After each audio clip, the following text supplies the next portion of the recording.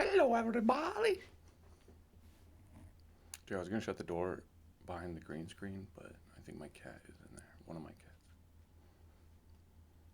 So I have to leave it open a little bit, but I turned off the lights. Yay! Come on. Oops.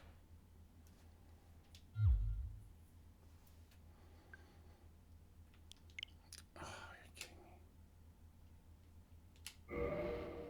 Oh, that's right. Okay. That's fine. I don't need to be getting invaded. No thanks.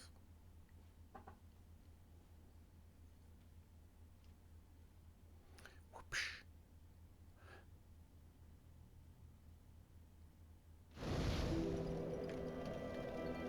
Alright, so I gotta remember what to do here. That's a roll.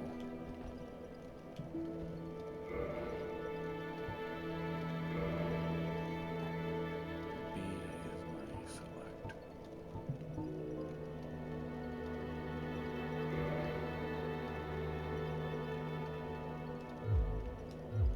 I think that thing might be a little bit too much.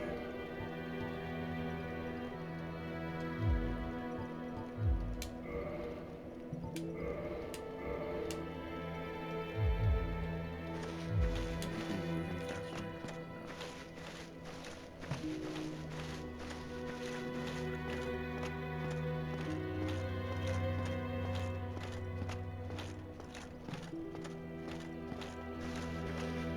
Yeah, let's press over here. Well, there are a few collected bit by bit from corpses. Oh, Or you can butter up a cleric and get yourself summoned. And the quickest way, although I'd never do it, is to kill a healthy undead and pillage its humanity. Coveting thy neighbor is only human, after all. Options. Gotta have options.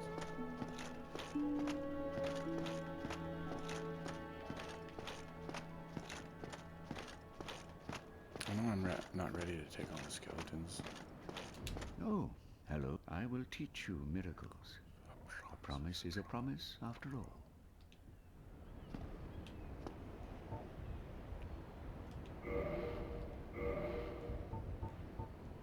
My companion's she is young, but burdened by an undead mission. Come again. The effect... Oh, wait. Oh, hello. Miracles? Dude, you can just be like, what's up? Weirdy mess.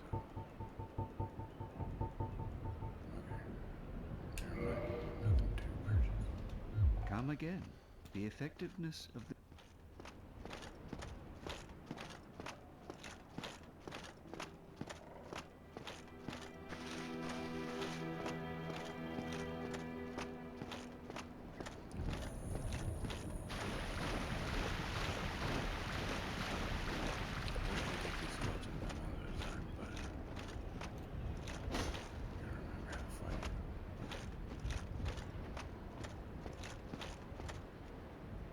See, I need to take these ones off first when one starts moving. There you go. No, not both.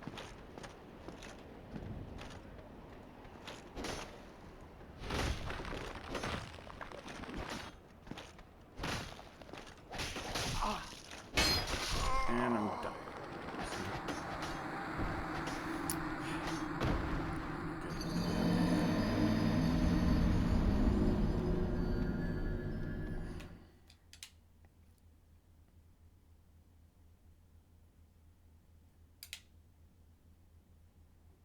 Kind of a newbie here, you know.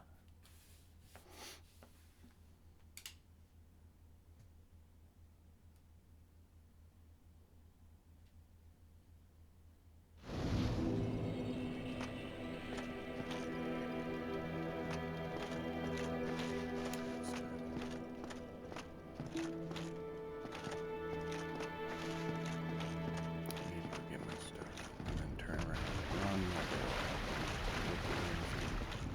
Whoa, whoa, whoa, whoa, whoa, whoa. Calm yourself, dude.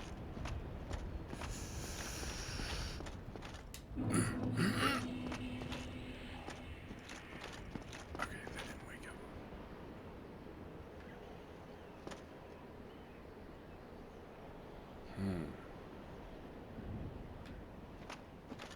No, this might be dumb. Let's be smart. Super smart.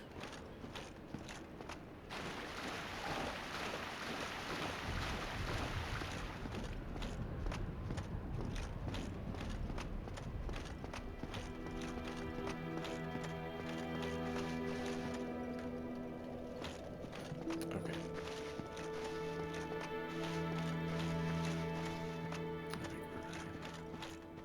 I remember how to walk on. We're good to go.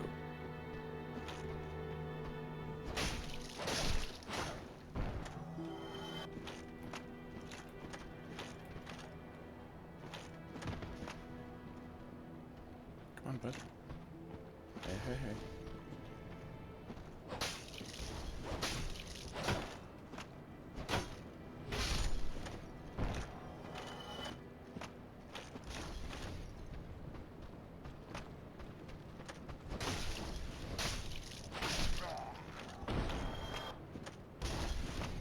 I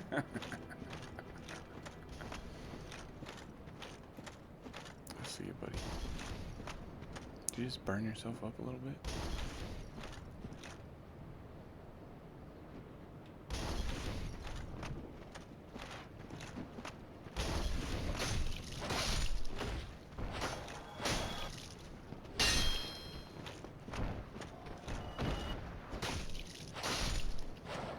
Dude.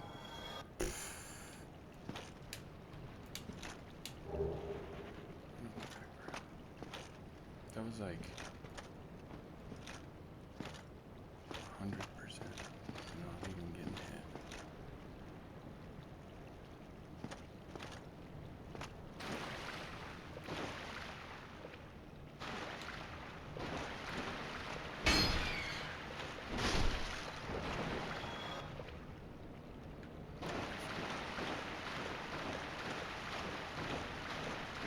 It's a bit stingy.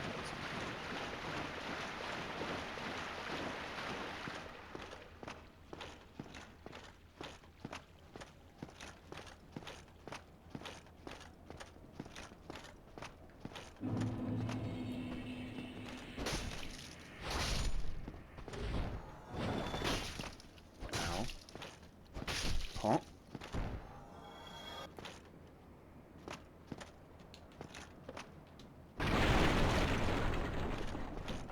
So I'm not sure if I need to go back down there. I know I went down there before, but...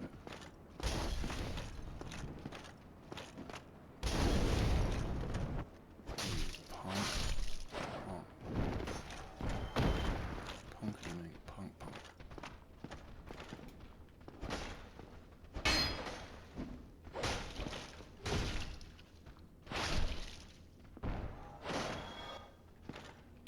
Nothing. Dude, they're like... scounging me.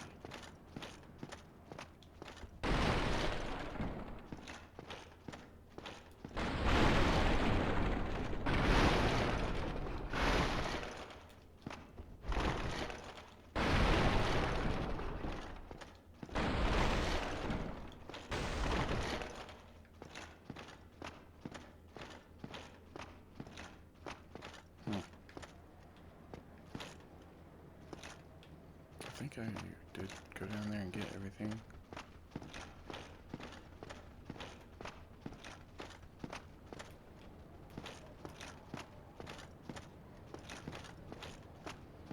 I think.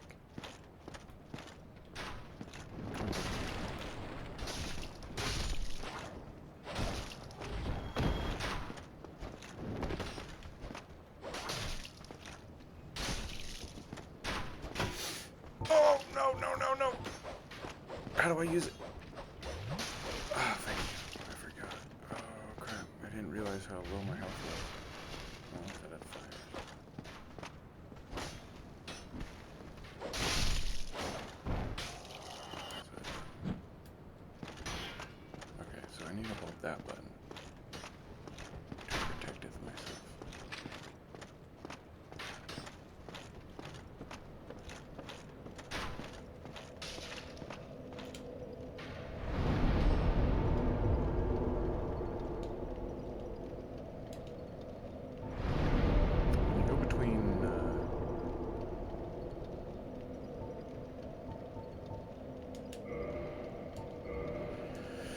PlayStation and Nintendo, like the buttons are exactly opposite, like the accept and go back buttons. It's annoying. They do it on purpose too.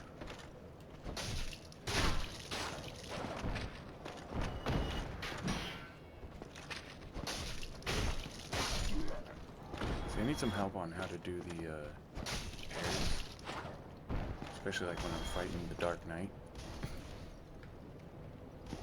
Mr. Dark Knight himself.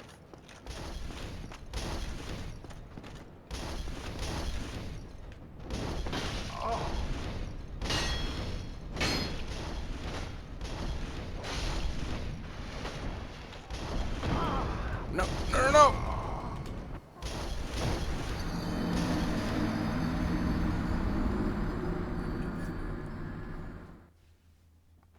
Beware of fickle use of this item.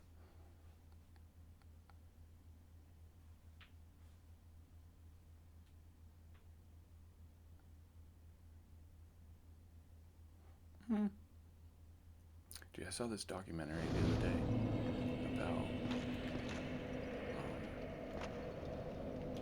like this family, I guess. They're oh, I did it. I don't know if that was a fairy, but it was cool. But it's like about this family, right? And they're 4 boys that are born, and it's like a pastor, and like the 4 boys, the first 2 sons become pastors themselves, and then the 3rd and 4th boy are like really into sports, and they're younger. So and it's made by Justin Robinson, who's the youngest of the 4 brothers. And what happened is, whoops, oh no.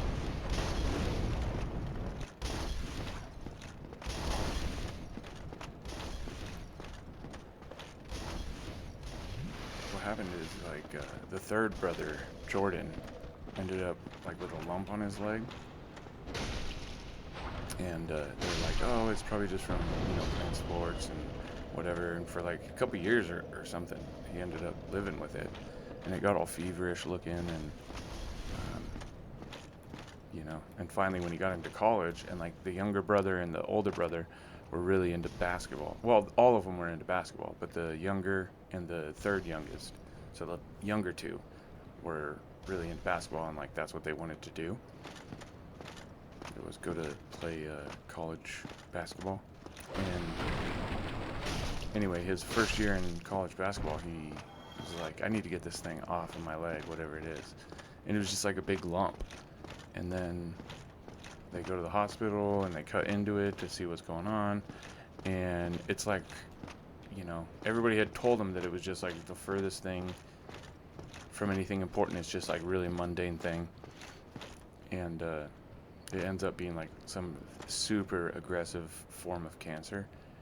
And it's just an amazing documentary to watch it. And it's like so sad to see the brother deal with something like that, because they were like, you know, 2 peas in a pod. Like it was his best friend. I mean, it's like twins. Imagine your twin dying from something like that.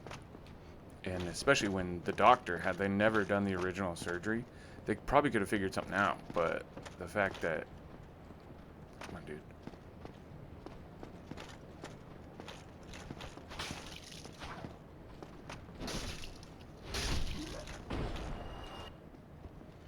But yeah, anyway. I don't know, it's a great documentary. It's called My Brother Jordan. It's really good. Anytime you're like trying to fall asleep or something, check it out.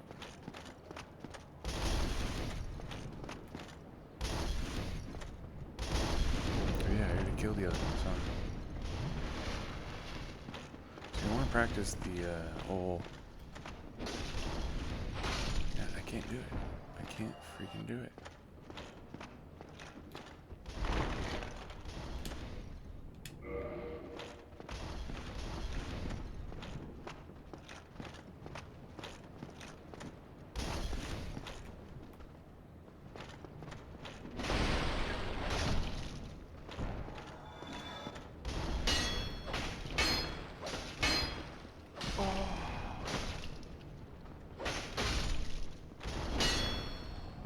Oh!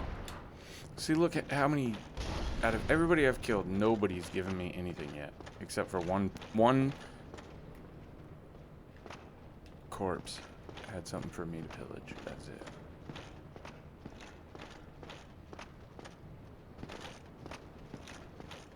Like, I have the worst luck in the world. Come on, dude. Come on, dudes.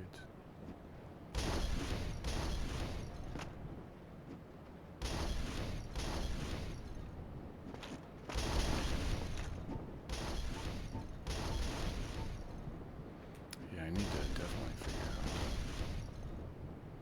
how to get some bombs.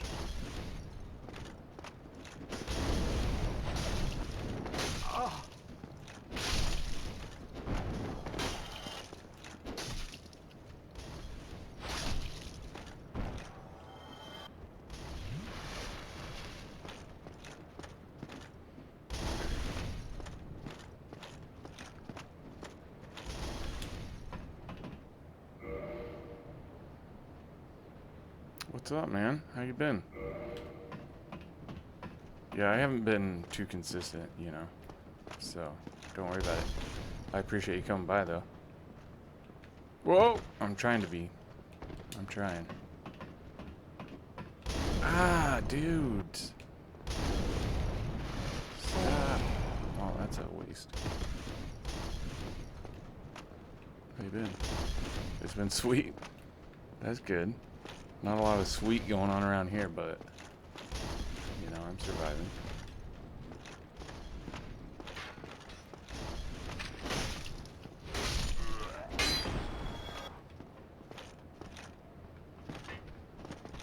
Whoa, where'd you come from?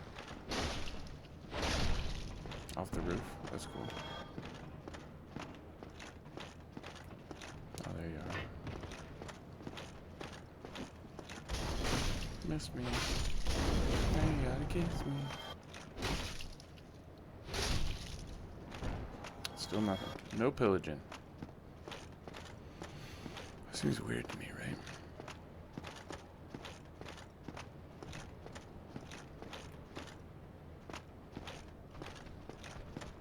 Yeah, how are you, man?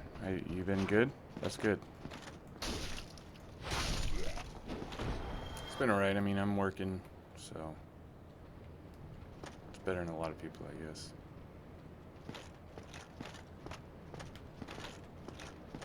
Come on, buddy.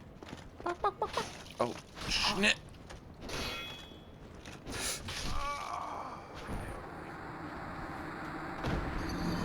Dissolved me with his spear.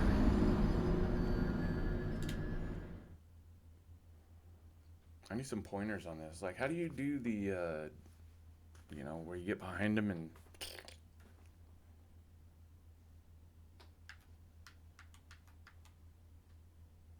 Oh, you haven't played this before? Dark Souls? I don't know. I only played it one time. It was actually really fun, just like the way that it all... The meme... Oh, crap. I gotta make sure I don't die here, because I gotta get back to my stuff so I can pick it up.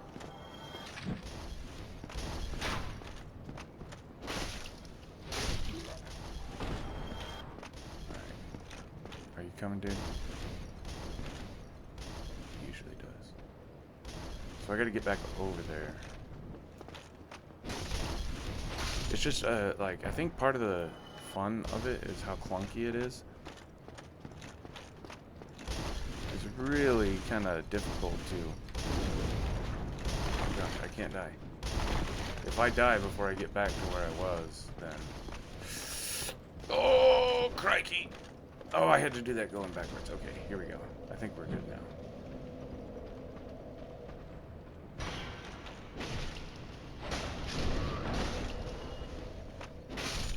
Ah! Yeah, it's kind of difficult. The first one is the only one I've actually gotten close to beating. I actually played this before, but I have not played, or I have played the second and third one, but only to like the first boss, who was way too hard. And mostly because I just didn't know how to play it.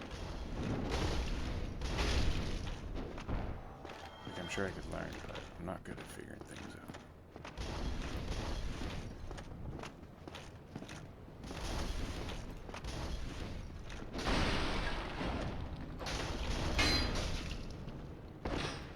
Hmm.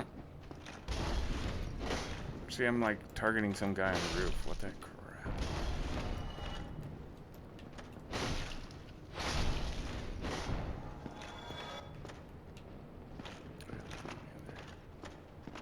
Alright. It's fun though. It's really fun. I gotta wait for this guy though.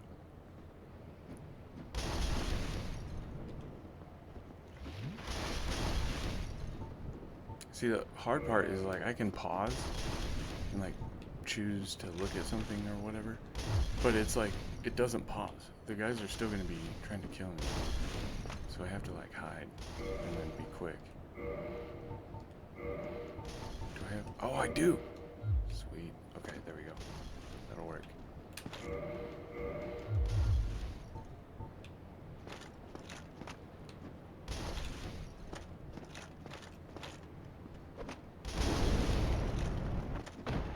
Kill him. You like hurt my little feelings, but you didn't kill him. Ha! Took a freaking bomb to the face. Him too. Finally got somebody I could pillage though. Where's my stuff? Oh, now I got 24.95. I can level up some more. Alright, man. No problem. Thanks for stopping by. Come back again sometime. All good. All good. It's good to see you. You're always welcome, man. Thanks for coming by.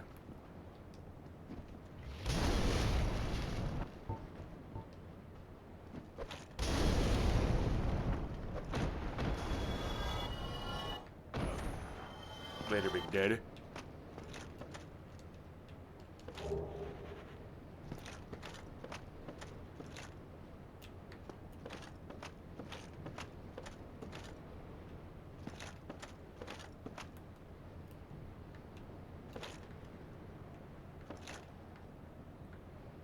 Maybe there was something in here before, but maybe I got it already.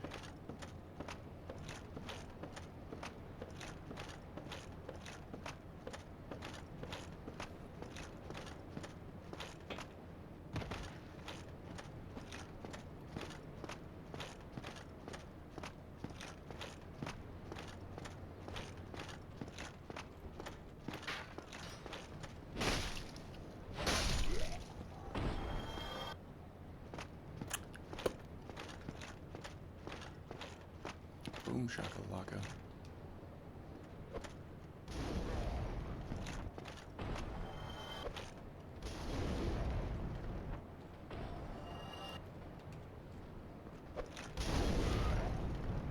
Dude, those bombs, man. For real.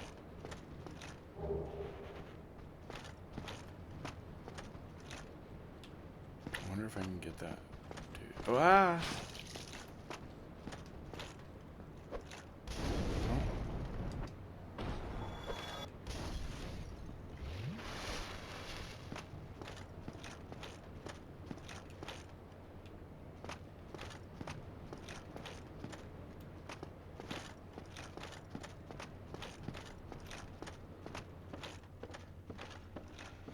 Oh, I could go down and try and kill this guy. I don't know though. It's kind of difficult. I don't want to have to come this far to get my stuff again. So.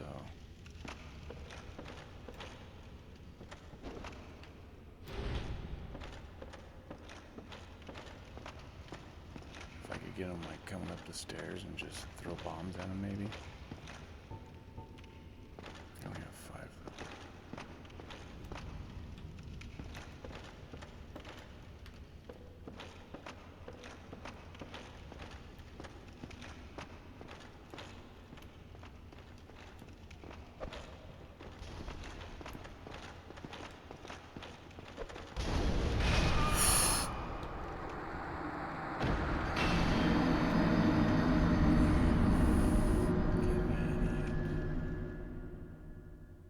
I don't know if I did any damage to him, but dang, that hurt. Oh my gosh.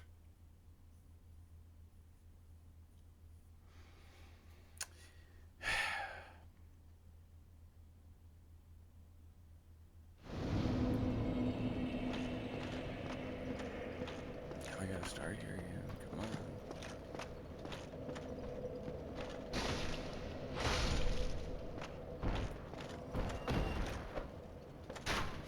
Oh, I don't have my... Are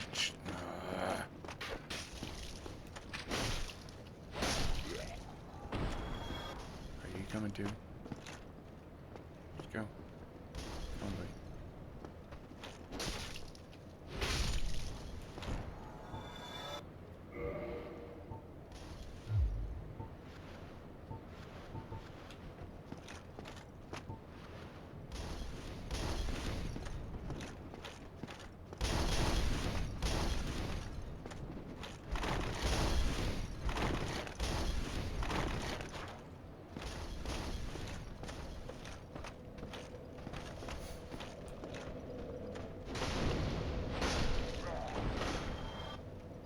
Alright, well, if I can get back to where my schnit is at.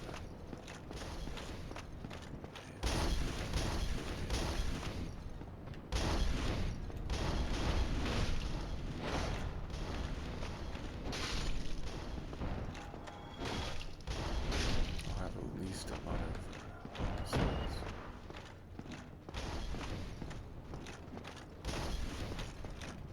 I'll be able to level up quite a bit.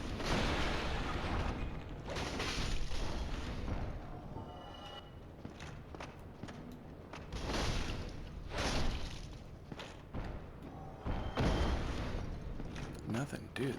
They're not leaving me anything to pillage.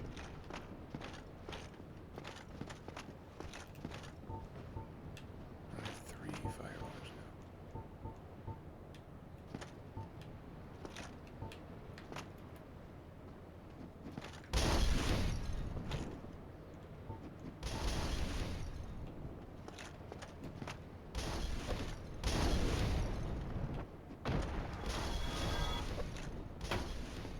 $18.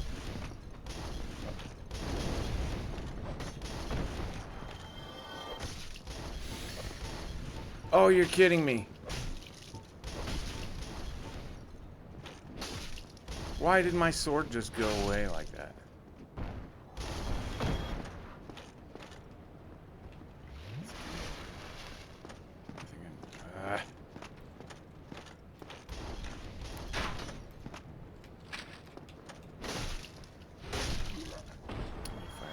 Give me firearms. I don't have. I'm gonna have to go back so I can go buy firearms. After I kill these starters.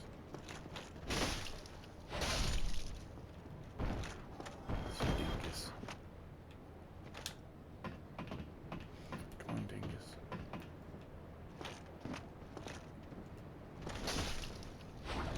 Goodbye. Ow, that hurt. Do do do do do do do do do. Ha ha. Yeah, that's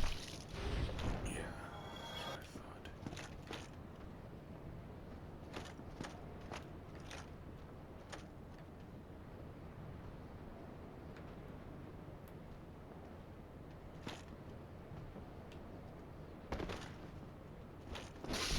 Ha!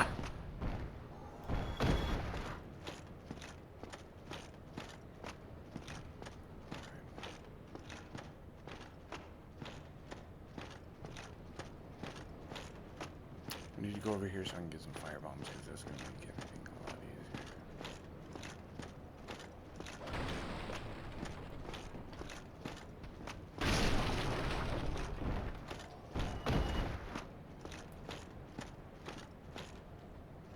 Okay, come on.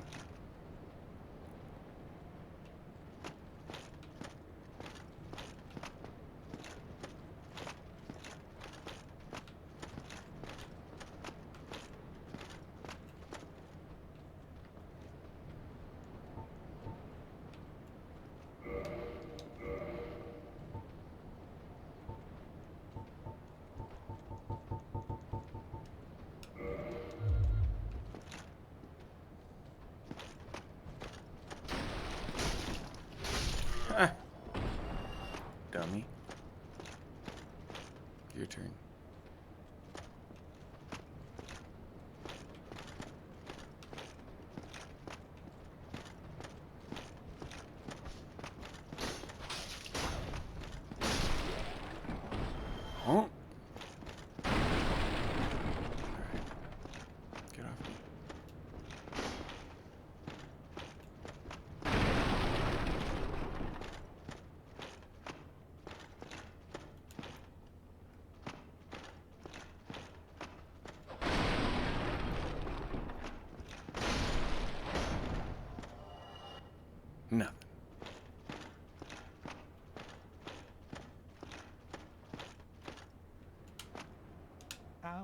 Okay, still keeping your marbles all there together? you are.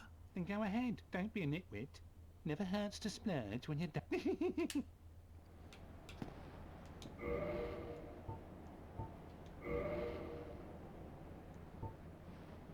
I only have 1,300 souls. We don't need that right now.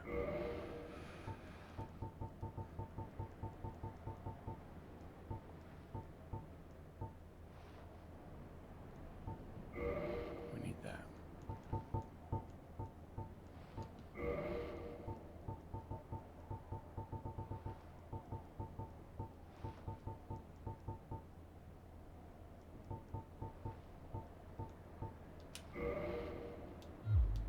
Thank Thanks, you bud. kindly. Peace. Alright, let's do this. Now we're set.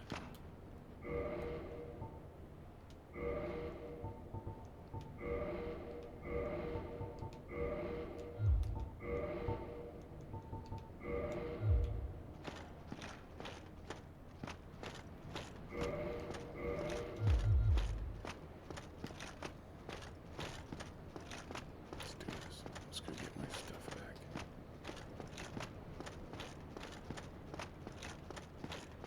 We already killed those guys. Already killed those guys. Already killed these guys. Oh hey, I can use those.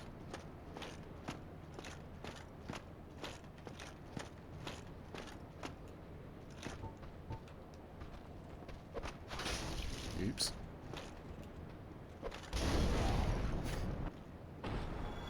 Firebomb to the face, my brother.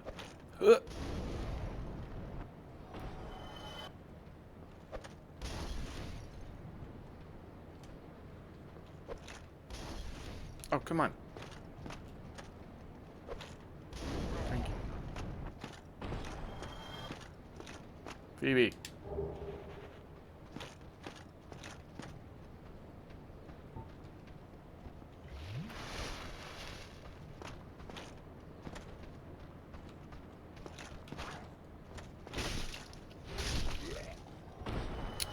Bow, bow, bow.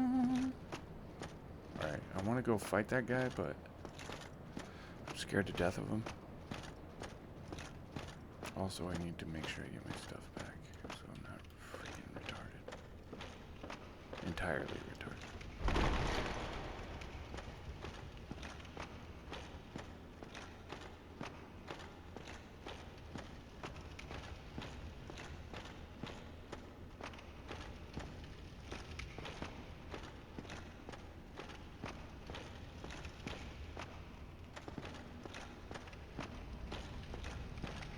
Oh no, come on. Now go, go, go, go, go.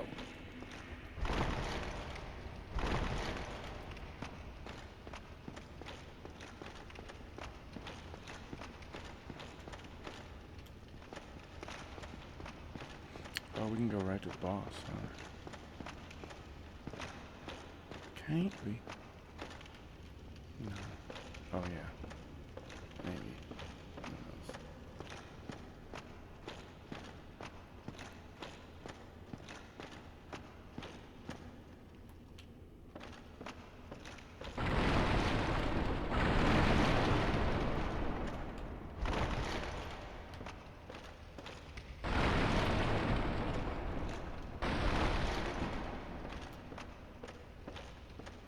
I love how when you crash into the barrel, but half the barrel is still floating in the air. Oh yeah, see, there's the boss.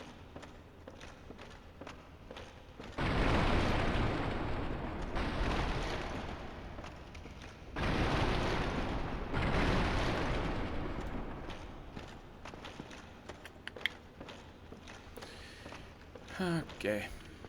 Well, we're not ready for the boss, so...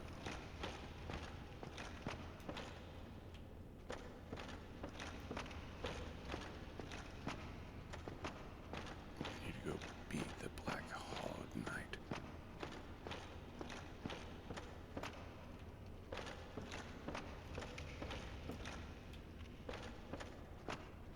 I wonder if I can just lure him to, you know, below where the people are on the...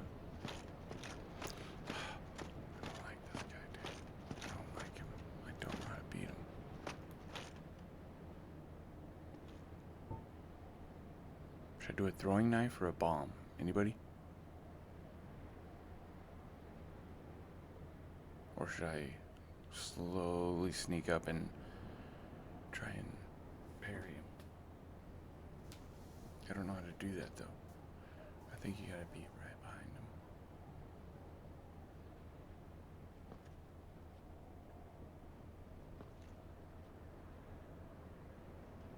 It's too fast.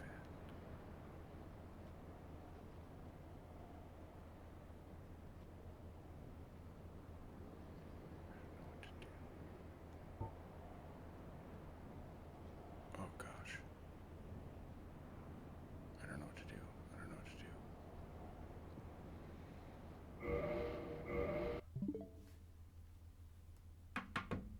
I'm going to look up the best way to kill this guy or how to parry.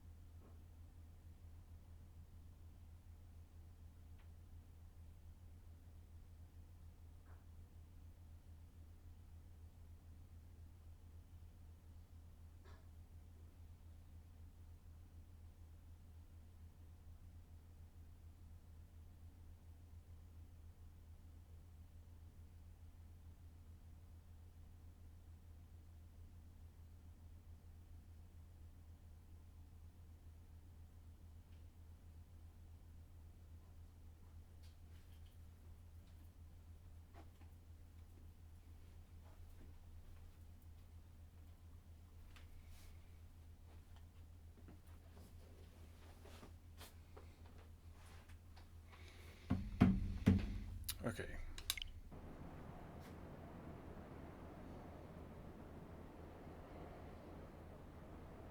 But I thought you could just like stand behind him and like attack. Because this thing says you need to hit your shield to his weapon right when he is going to hit you. But I've seen people before when they're behind him. Oh, riposte.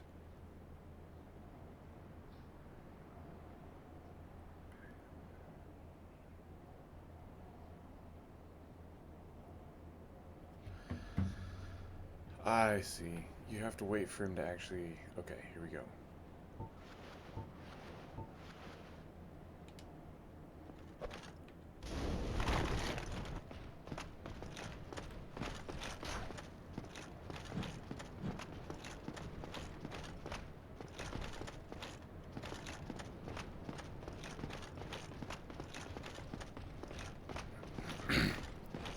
I need to get as close to the bonfire as possible before I fight him.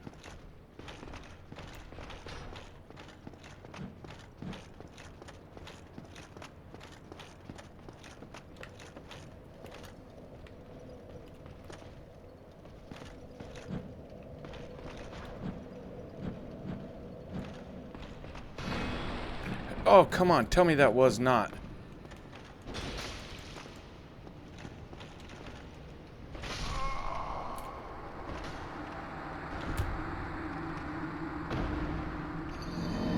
See, the guy just freaking murdered me. No problem.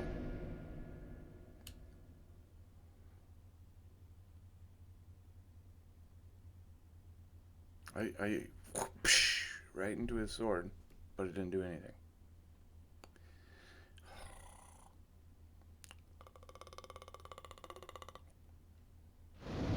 Let's get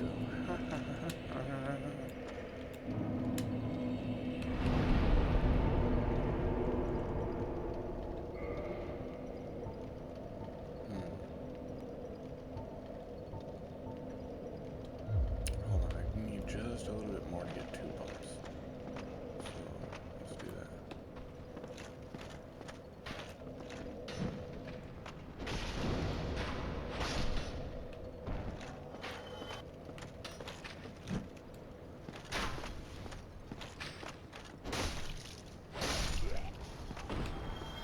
Come on, buddy. Come on, bud. Come on, Walt. Oh, I'm sorry, dude. Why not these guys, too?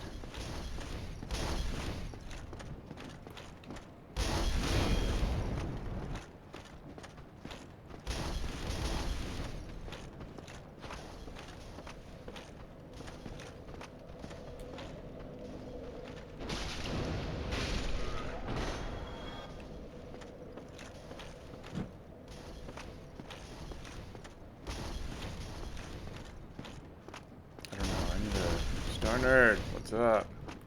I saw your message, but I didn't see it until like literally yesterday evening.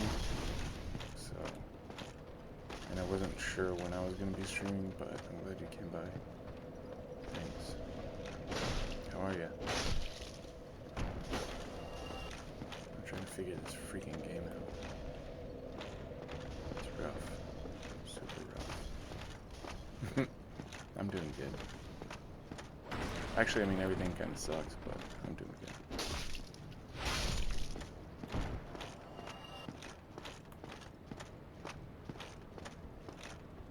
Oh, I got them both on me. Crap.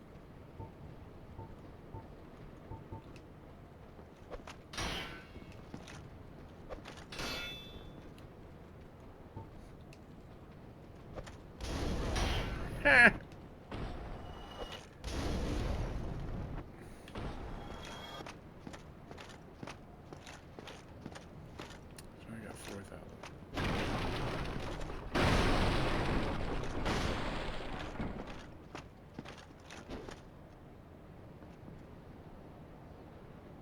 Oh, really? Well, a friend could probably help me out, because I suck at every game, and I'm not a star at this game.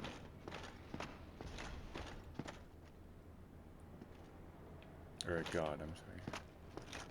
Oh, there you are.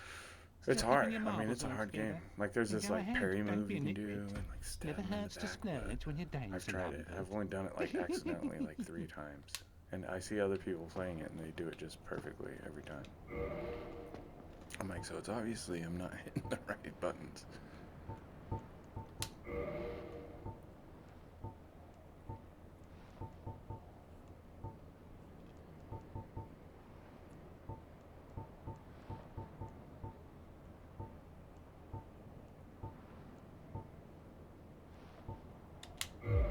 What state do you live in again?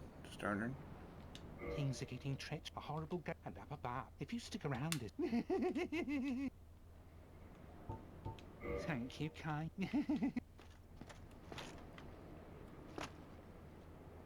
Hey, Florida is actually kind of a bunch of crazy people, but sort of saving the nation at the point. Doing some good things. They're doing some good things. I like Florida. No, I don't think you're crazy. I'm just saying, when you hear about somebody eating somebody's face off, it's like, oh yeah, Florida. I live in Oregon, so... Oh, crap. No. So it's probably... Nobody has anything to do with Oregon.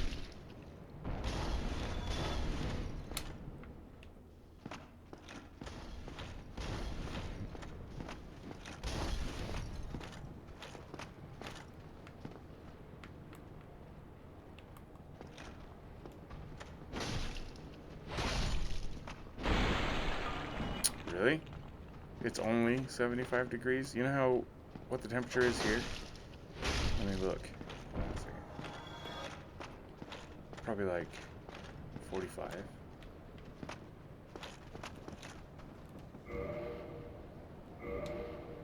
Oops. Let me see what the temperature is here. 60, or no, that's Santa Clara. That's Cupertino.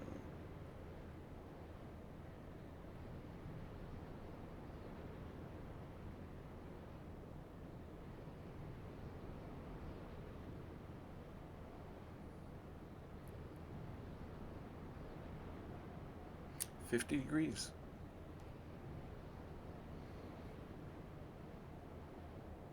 Oregon City, Oregon, 50 degrees. Crazy. It's cold out there.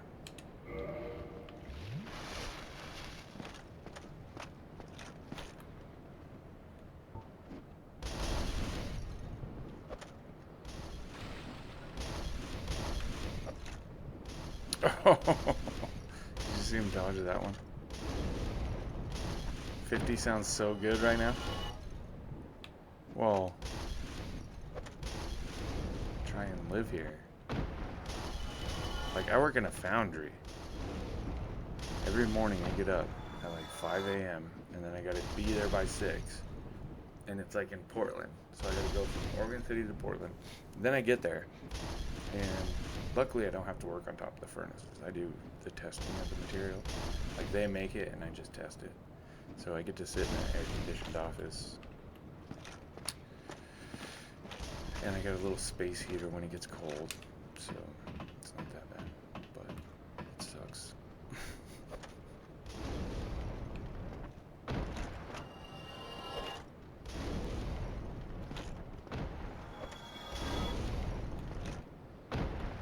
Hey, somebody's got something for me to pill. But have you been in Florida your whole life?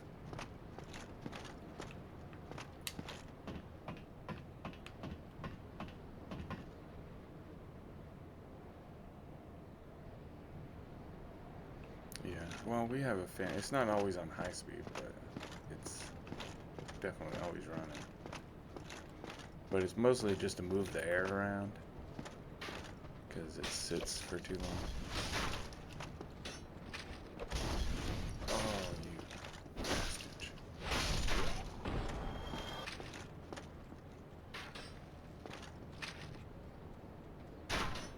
How old are you? I mean, or a rough estimate. You don't have to tell me how old you are if you don't want to.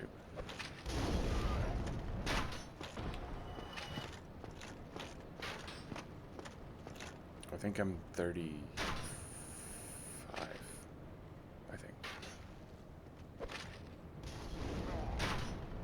Oh, yeah. Well, I mean, there's a lot of people I talk to, so. I mean, I know you as far as your name, but we've only talked a couple times, and there's a lot of people that talk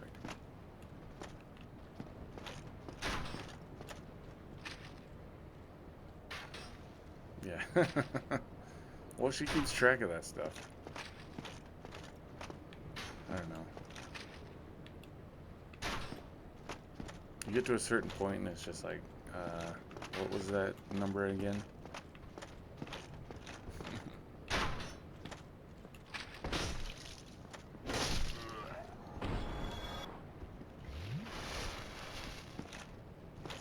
My wife's older than me though, so she just, and she always knows how old she is because like she really likes her birthday and everything.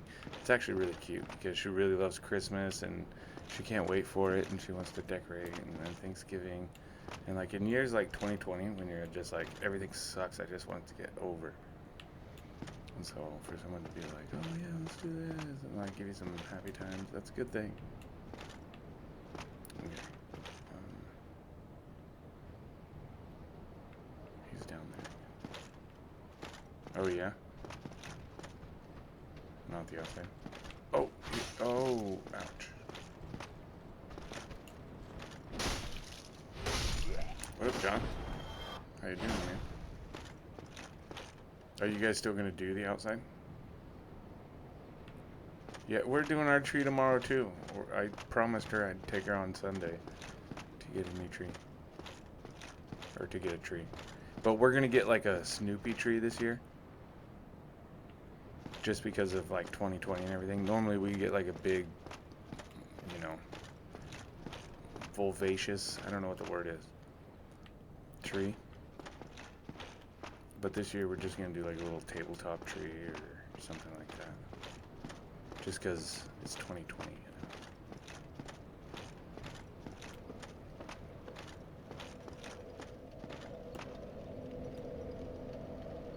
Okay, I don't know if I should level up or if I should just kind of farm.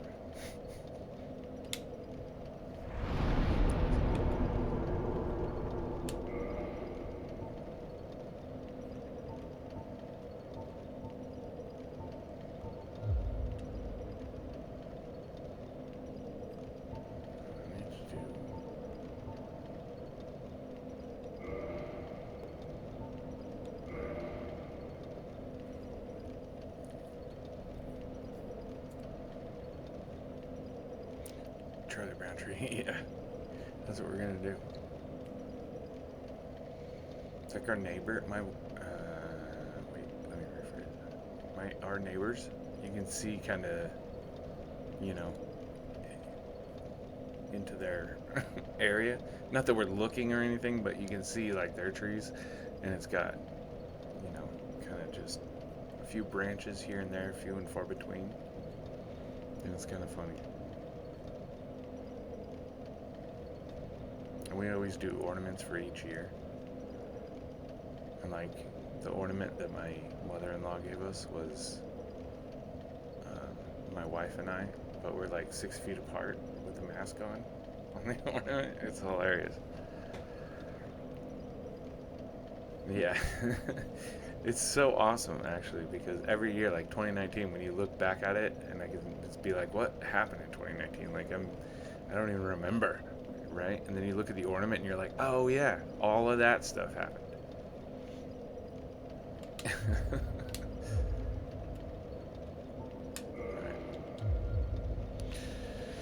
I need to.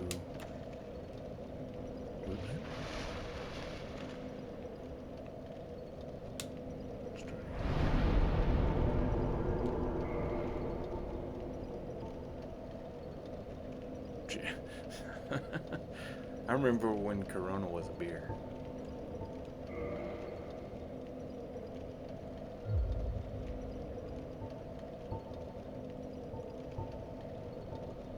I don't know if I can do it. Still a burr.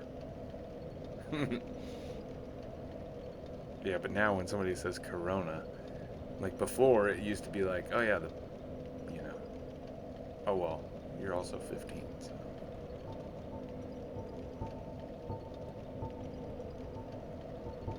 All right, so I don't have too much stuff here, so. I mean, when I ever heard Corona before, I always thought just like, oh, beer. I didn't think, oh, contagious novel disease. China Center. Do you listen to the news and believe what you're being told? By the way, just curious. That's what they say, right? I don't know. It's like I was taught about 1939 Germany and propaganda and all that stuff, and it just seems to me like that's what's.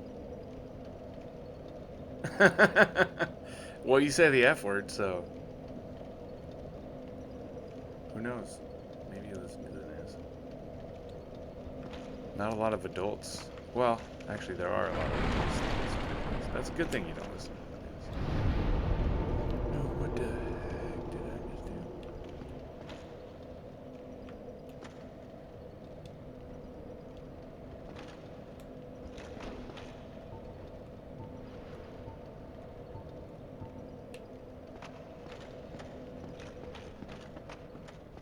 Oh, I forgot I gotta kill these guys.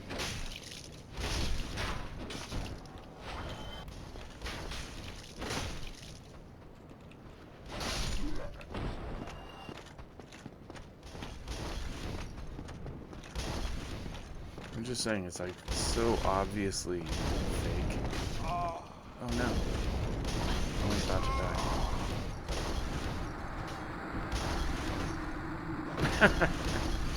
That's not what I said.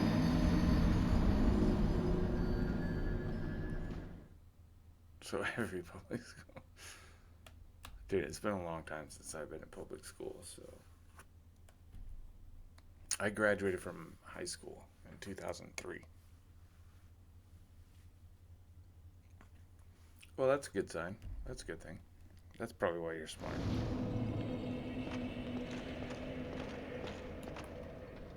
I mean, like, we want to have kids, but if we do, we're going to homeschool them for sure. I don't know how, but that's the plan.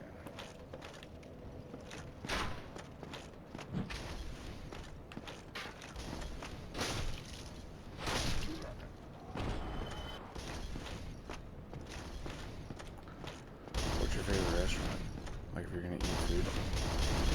Ew, no, no, no.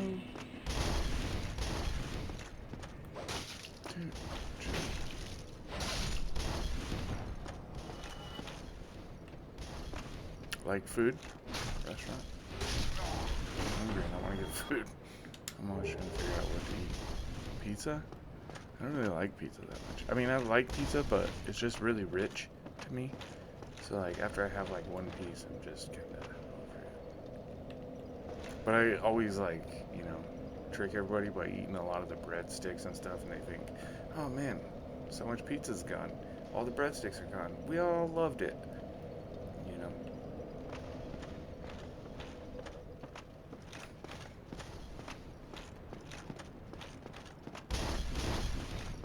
I like pizza, I just, you know.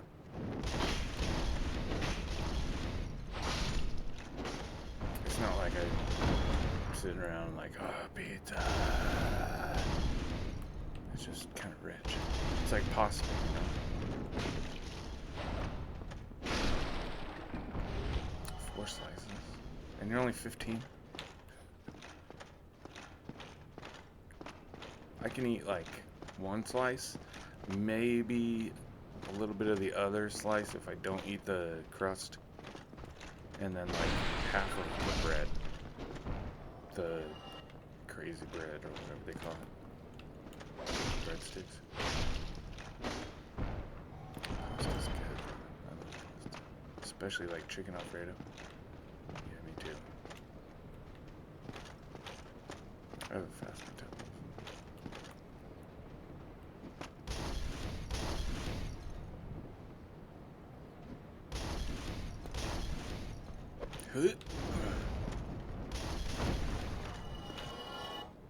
Do you? Not me. Oh! This dude just straight clocked me.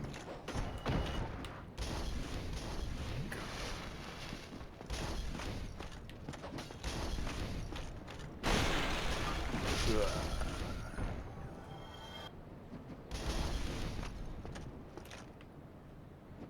That's kind of like me, but I mean, I'm skinny, I guess, but I don't really eat a whole lot. Like, I kind of eat like a hunter-gatherer, you know, like back in the 1800s or 1600s or whatever. Like, I eat...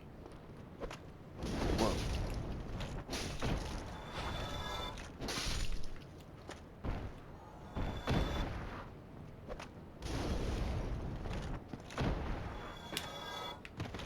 But yeah, like, I'll eat nothing for like 2 days, and then all of a sudden I'll, you know, for one day I'll just like snack all day long, and then order food like 14 times, and then I won't eat again for like 2 days. It's kind of weird. But yeah, anyway.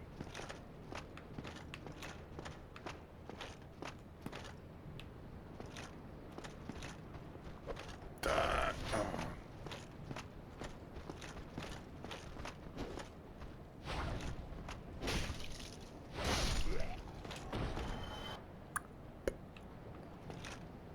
Yeah, it's too rich, man. It's too much. It's just like pepperoni. Garlic sauce. Dude, my wife always gives me crap about how picky I am. Yeah, I like Domino's, because Domino's is like, I worked at Domino's, and it was very much, you know, it's shit. Like, all of their food is made of the same exact ingredients, it's just shaped differently, and then they just put different things on it. But I don't like pizza that much. I like Domino's just because I usually will get like chicken or... Let's just agree to disagree.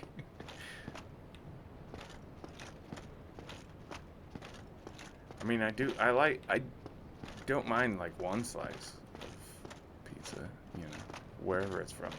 But normally, even if we get Domino's, like my wife will get like a little tiny pizza, and then I'll get like a sandwich or something, and then we'll share the bread. Maybe, something like that, but yeah, that's the extent of it. Normally we get like, dude, there's this place called Perky Pantry in Oregon City, and they make Philly cheesesteaks, and the lady that works there, like, came straight from Philly. And so she makes the best Philly cheesesteaks ever. And like, I'm not a big, you know, vegetables kind of guy. I like onions a lot, but even peppers, they need to be real small for me. But dude, the way she makes it, it's amazing. Amazing. I would ship one to you just to try it. Yeah, me neither. But you would kill for one of these things. I'm telling you, they're so good. Like my wife would tell you, I'm the most pickiest eater she's ever met in her life. And I ask her every single day. She's like, "What do you want to eat?" I'm like, "What about Perky Pantry?" Pepper's life, man. And then she's always just like, "Well, they don't have the thing I like tonight." And so we'll be like, "Okay, well, let's get this." But then the next day, Perky Pantry. "Well, they don't have the thing I like tonight." I've heard of this Publix place, but I don't think they have it in Oregon because I never heard of that. To me, I thought of like Office Max or something. A Publix sounds like an Office Max to me. Right?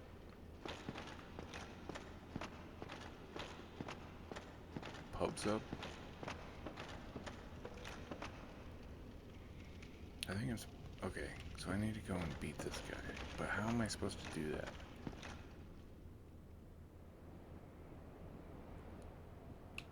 You all go back down and then come back up. I just need to not go to a bonfire. And everybody will stay dead.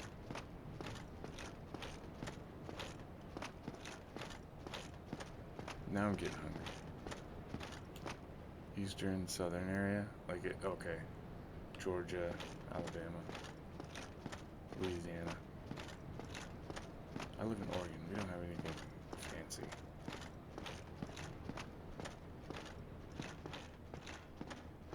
We have fake stuff and bullshit.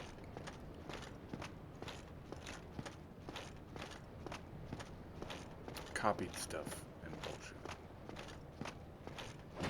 I've been to Florida. My aunt, or not my aunt, my mom's aunt lived in Florida.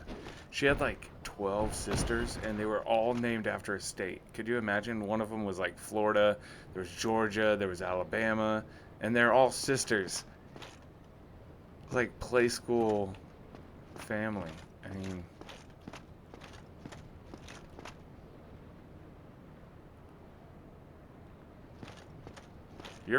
and John's in Ohio though. I'm in Oregon, John's in Ohio, Star Nerd's in Florida.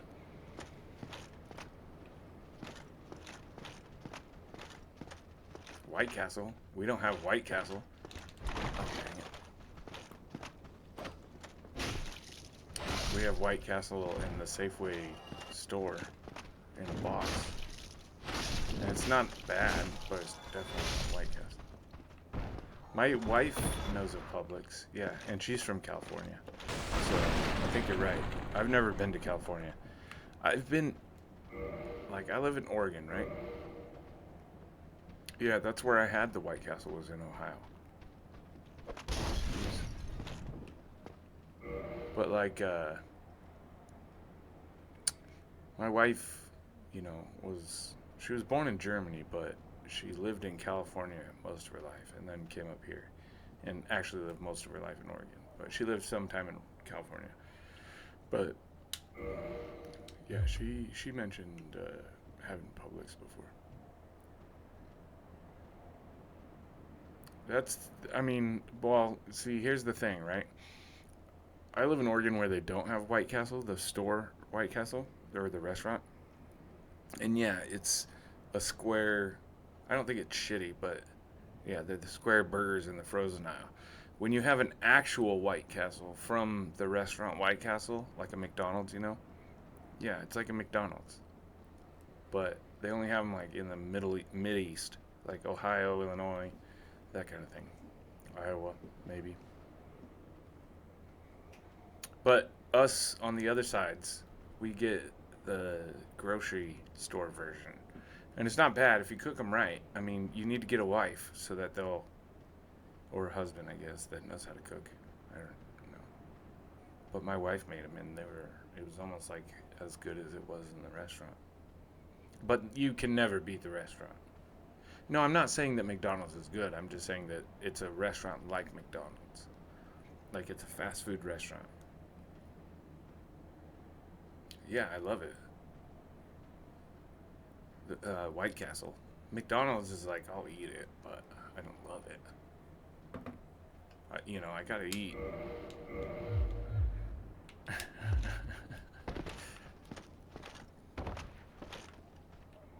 But White Castle is like super good.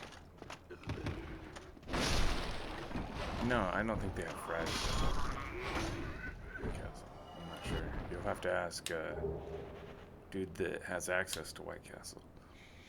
John. McDonald's is crappy. I eat it occasionally, but you know what are the best fries? I was just telling my wife this the other day. Burger King has the best fries ever. As far as all the ones I've tried, Burger King has the best. Five Guys. I mean, Star Nerd's a little bit picky, it seems. Just kidding. I don't know. I love potatoes, right? I have a shirt that says mashed potatoes, and it's got the ingredients and everything. My wife loves Chipotle. I only had it once, but it's one of those things where it's just like, do you want a burrito with beans, or do you want a burrito with pinto beans? And then you can put steamed rice in the middle of it. It just is weird combinations to me. But my wife loves it. John, you are not alone. I can tell you that. But now I'm hungry.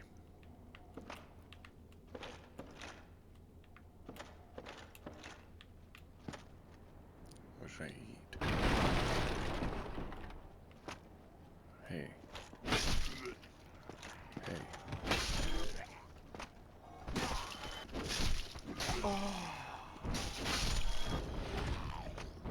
Yeah. I don't know. I like Five Guys, like the burgers, but that's true. That's true. I am a picky eater. I will be the first to tell you. I don't like pickles except every other Thursday. I don't like tomatoes at all. I don't like um, I don't like a lot of things. A whole lot of things.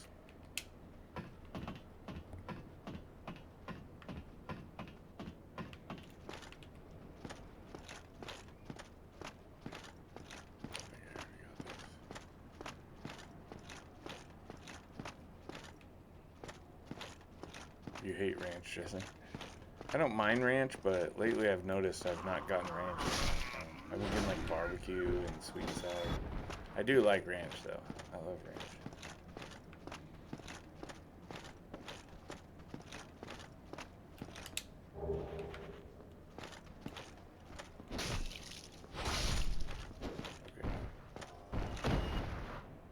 Yeah, blue cheese. That just, to me, it's like, do you like smelling shit? Blue cheese. That's so weird to me. It's like everything in my life that I've ever smelled that somebody told me was food, I was like, oh yeah. I don't really like it. Like mushrooms. I don't really like mushrooms, but I can see how people like mushrooms. Blue cheese is just like smelly socks, you know? And it's just like chunks of smelly socks.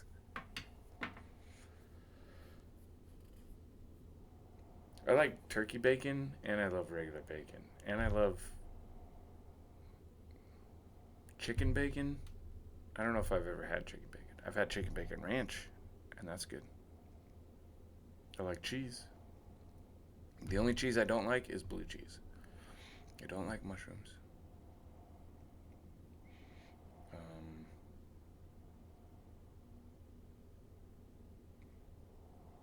I like pineapple on pizza. Yeah, I always get provolone and pepper jack. Like at Subway. I gotta piss real quick. I'll be right back. Dude, have you guys ever have Jersey Mike's?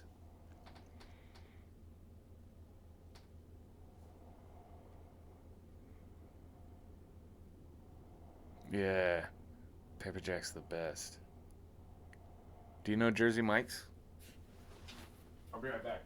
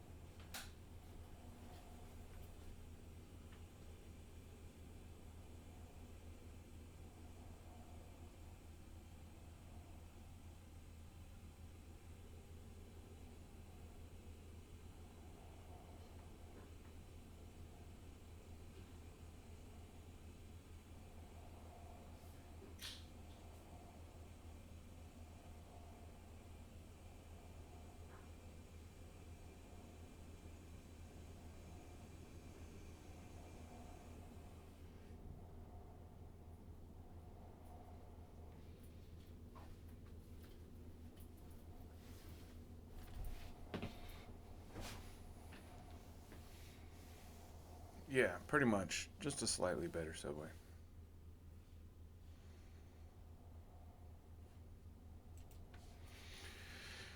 Yeah. It's good though. Where am I? Okay. Dude, you know what's crazy is that when I started my job, working where I'm at right now, Star Nerd was 2 years old.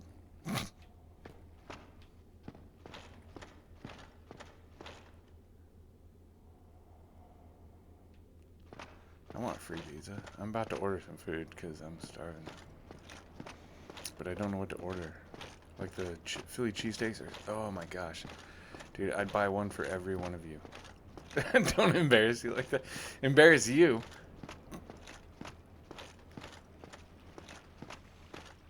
Literally, I'm still working at the same place.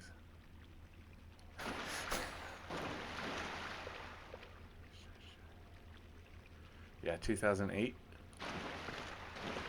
was the day before my birthday in 2008, March 10th. Listen, I only spend my money. Hey, if you have money at 15, good for you. Oh, crikey. It took me a while, too. Da-dum, ba-dum. Or no, ba-dum, ba-doosh. I died.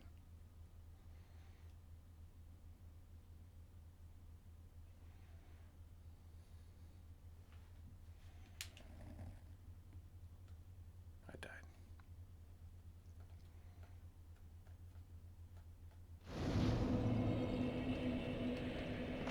Right. I need to get back down there before I die so I can get my stuff back. I had quite a bit there.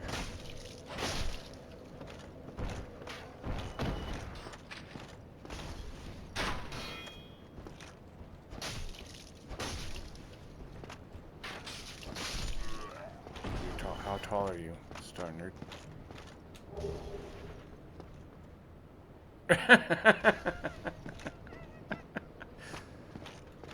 John, you're hilarious.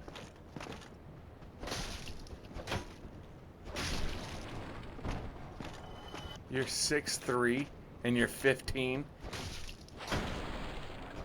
Are you kidding me? Because I'm like 3'6", so...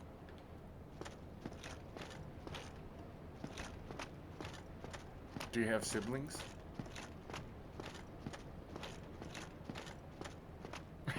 You guys are funny. You have 3 older sisters? Did you hear the part about, or when I started the video, there's a documentary that I watched. I have 2 sisters. I have 1 older sister and 1 younger sister. But I don't have any brother. Well, I guess technically I have a brother, but that's because I was adopted.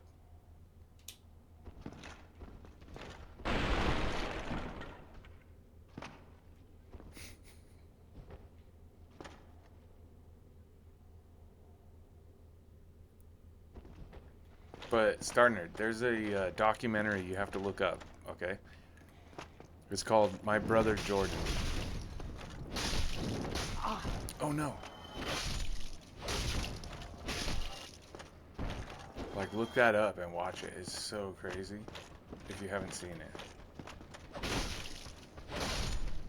Yeah, after you beg your mom for pizza, look up that documentary. Because it's about 4 brothers, right? So you got 4 sisters. Not bad. 3 older sisters. So you're the youngest. So the person that actually makes the video or the documentary is the youngest of the brothers, right? And the 3rd oldest, or no, the 3rd youngest, right? So the one that would be older than you was had a lump in his leg, and it turned out to be like really, really bad, but they're like a really close family and everything. It's a really good documentary. You'll like it.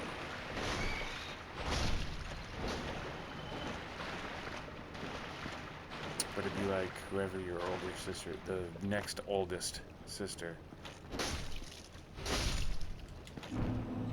would have something like that happen, and you made the documentary. It's a really good movie. Thick boy in the house. I wish I was thick. I have an eating disorder, I think. It's like, I'll eat one day, like, I'll order out like 5 times, and then I don't eat for like 3 days. I'll just snack on like some pretzels or something. And then I fill back up again. And then don't eat.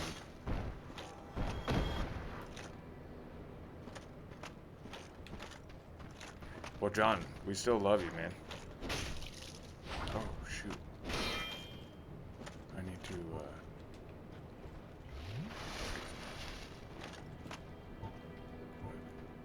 somebody's at my door. I can hear it.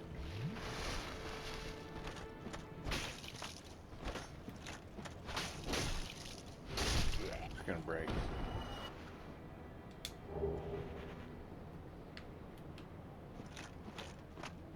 How old are you, John?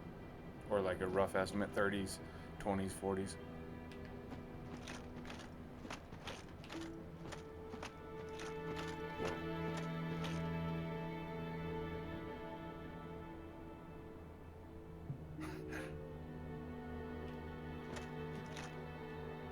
You're in your 20s. How tall are you?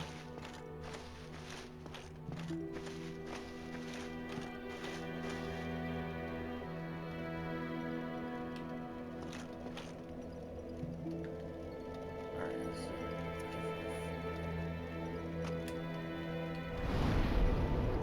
5'7". Yeah, you're the same size as me. I'm like 5'7", but I'm like maybe 150. Yeah, sure. I wouldn't mess with you. I'm a lover, not a fighter.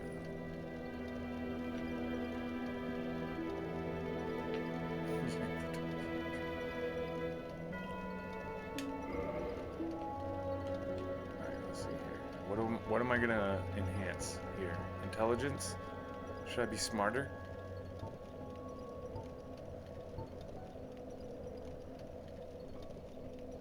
Six, 7.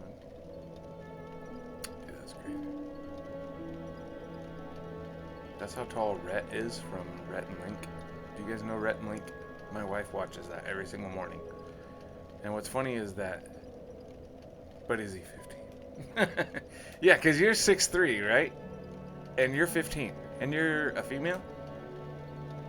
Or are you male?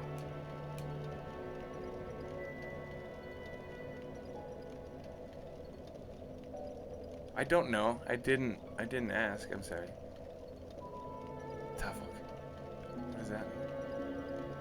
I'm not saying that you seem female-ish. I'm just saying I haven't asked. You have 3 older sisters. Oh, I'm sorry. Well, that's even awesomer. I mean, I don't know. Dude, just so you know, there's a lot of people that stop by. And I do remember because you messaged me and stuff like that, so now I will definitely remember, but don't take it personally. I'm not saying you're a female, like you come off female-ish or anything like that. I just didn't think to ask. You're 15, so.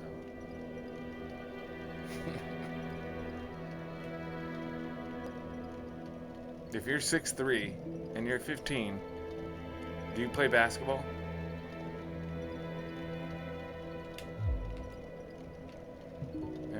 Yeah, I figured. And you have 3 sisters? Before Corona, right. Dude, you would love this documentary. Like, I kind of want to play it. I don't think they'd copyright it. Here, hold on. Alright, I'm gonna pause this. Like, y'all can be like, no, we're not into this. We're gonna do something else. And we'll come back to it if you want. But I want to show you something really quick. Oops.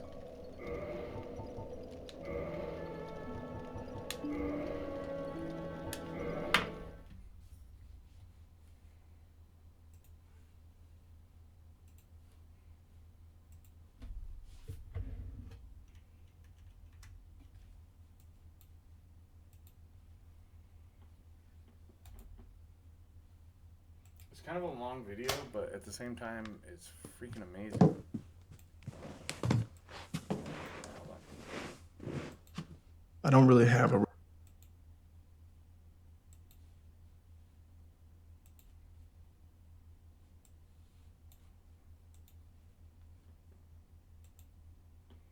Justin, right? So can you guys see this, right? I don't think it's copyrighted. I mean, if it is, I'm not trying to steal this dude's stuff or anything like that. Like, this is totally to this guy's credit, Justin Robinson. He's the one that made this, but it's just, it really touched me. And I think, you know, I think it's copyright free. I mean, it's not giving me a warning or anything like that. I've seen it multiple times. I'm not trying to get any credit out of this. I don't make money on these things, so I don't make money on anything I do here. So it has nothing to do with that. It's just strictly like, this guy is trying to make a video about his brother, and it's awesome. You guys should watch it. So I just want to make sure anybody in the future that does watch this, this is not my video. This is a video from a guy named Justin Robinson. This guy right here, right? Who's the youngest brother of 4 brothers, and his older brother died, and he's just telling the story. So, and it's an amazing, crazy story. real answer of why this project exists. But it's crazy. You know, ultimately, sure, he's dead, but not to me. It's just like anybody I meet, and if they see anything, even an ounce of a decent human being in me, I'm like, man, you should meet my brother Jordan. So I just wish you could have met him, but you can't, so I made this documentary. It's not good enough, but it's all I got. I'm not making money. I'm not trying to get any credit for any of this. This has nothing to do with me. It's just a video that I'm playing. When he died, I didn't know online, much of so anything, but I everybody knew, knows that. I was like, I'm gonna tell the story Anybody somehow. has anything to do, like, go to this guy's video, Justin Robinson. But Every it's time good. I remember seeing Jordan, I remember seeing Justin. I would say if you knew one of them, you probably knew both of them. There were other people there too, but it was always the 2 of you. It was almost like you guys could understand each other without talking. I think you were as close as any two brothers probably that ever lived, just about. Justin, man, we do everything together. We're just like better best friends. I love you so much. Like, Justin was a person that led Jordan in a lot of ways, but Jordan also had this just great example of how to be a man and how to do it right. And it was a great balance, not only for Justin, but for all of us. If I had to describe Jordan to somebody that didn't know him, I would probably say A gentleman and a light. Say hi. All I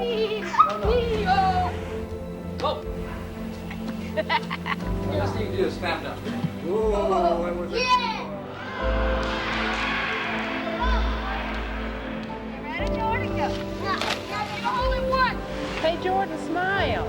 See, it's never two. He had one of those kind of personalities that, like, you know he wasn't going to say much when he was in a room, but you always got comfort knowing that he was in the room. Is this Merry Christmas Morning, 1996? Wonder what that is. A mic. You think so? Yeah. Is it real?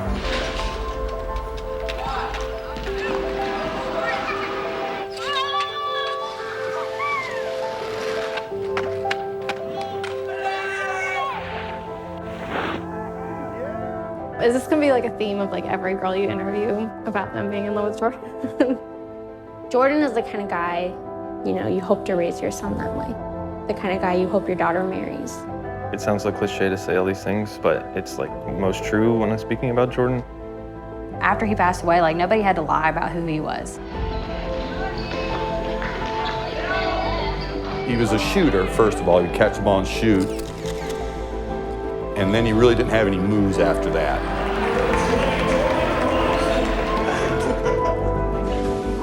Anybody that got to know Jordan, they were blessed to know Jordan. He really lived life the way it should be lived. Let's hear it for Jordan Rock.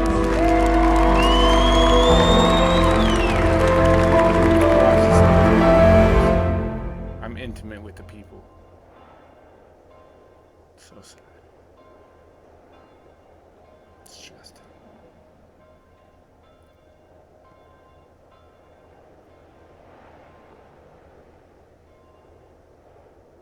Death is really weird for a lot of people because people say we'll never forget or, you know, they'll never be forgotten. But people forget. When you really love someone deeply, I don't think you forget. And I think if you love somebody, you talk about them. This documentary is just me talking about him. I don't know, this documentary is pretty simple, I guess. I love Jordan and Jordan loved me. I think that's pretty good.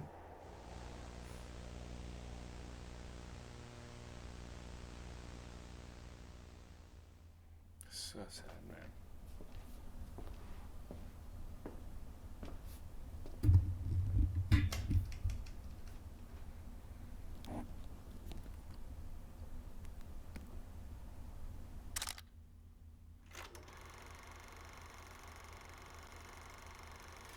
My parents met in 1974 at Southwestern Baptist Theological Seminary in Fort Worth, Texas. It's a place where people usually go to become a missionary or a pastor like my dad or like my mom to find a spouse.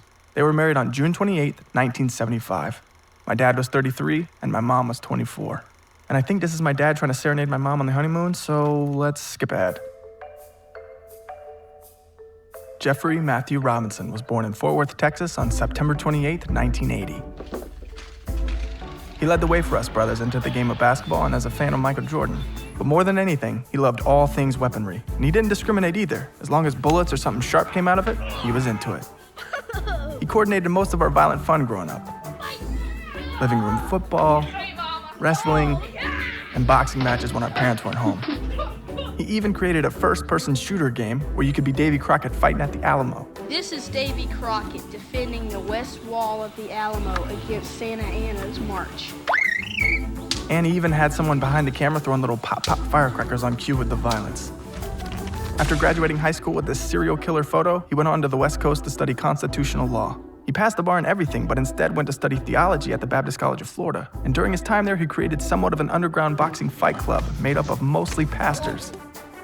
In 2008, he followed in Mom and Dad's footsteps by graduating from Southwestern Seminary with a Master's of Divinity in Apologetics. And now, he's a pastor. You okay? I know there's somebody in here who's real tight who's about to leave already, but just hang with us for the next hour and a half. Just kidding. At that point, my dad got another church job in Broken Arrow, Oklahoma. And 9 months after some of this, we have second-born Joshua David Robinson, born in Tulsa, Oklahoma on January 30th, 1984. He followed in Jeff's footsteps in his love for Michael Jordan and for basketball. He was a competitive kid, the type of kid who couldn't hide how he felt, whether it was anger, joy, or the things only puberty can do. He'll probably be mad at me for showing some of these clips. Turn it off. Turn it off. My mom called him the social chairman because he always wanted to be involved in the action. He ended up playing 1 season of both basketball and baseball at Toccoa Falls College in 2004. But his first love was surfing. In December 2006, he graduated from the Baptist College of Florida with a degree in Christian education. And he worked as a youth pastor for a while, but now he too is a pastor. Let that sink in for a minute. Then, on August 24th, 1987, the man of the hour, Jordan Paul Robinson, was born in Tulsa, Oklahoma, instantly making the world a better place. After that, my dad moved the family to Charlotte, North Carolina for a new church job. For the next 3 years, it was Jeff, Josh, and Jordan, and they enjoyed what they could while they had the chance because it wasn't long until I came into the picture. And there I am, the run of the litter, born in Pineville, North Carolina on August 30th, 1990, to a 39-year-old mom and a 47-year-old dad. 39. Outside of apple juice, Jordan was never really defensive of much of anything, but he was of me. Dad, that's my brother. This is your brother. He kept telling Jeff and Josh that I was his baby. My baby. It's my baby. And from that moment on, outside of the bathroom, we were never really apart. We were a match made in heaven. Polar opposites in a lot of ways, but that evened us out into quite the little duo. He had grace, and I didn't. Oh, vicious. Oh. He was the good cop, and I was definitely not the good cop. Any other dude in his place probably would have killed me, or vice versa. Probably vice versa. I think just the fact that Jordan went 20 years without putting me in the hospital is worth a documentary. As I filled out the last spot on our family roster, one thing was true. I was the black sheep of the bunch. I raised a lot of hell for a pastor's kid.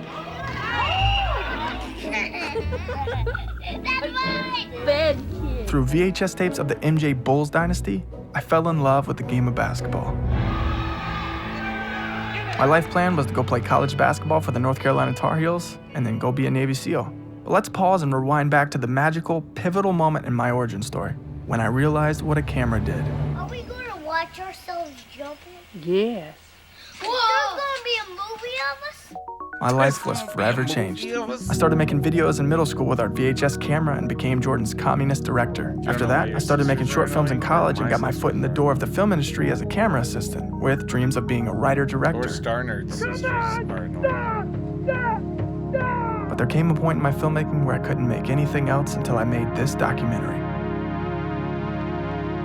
So here we are, a documentary about a brother, by a brother.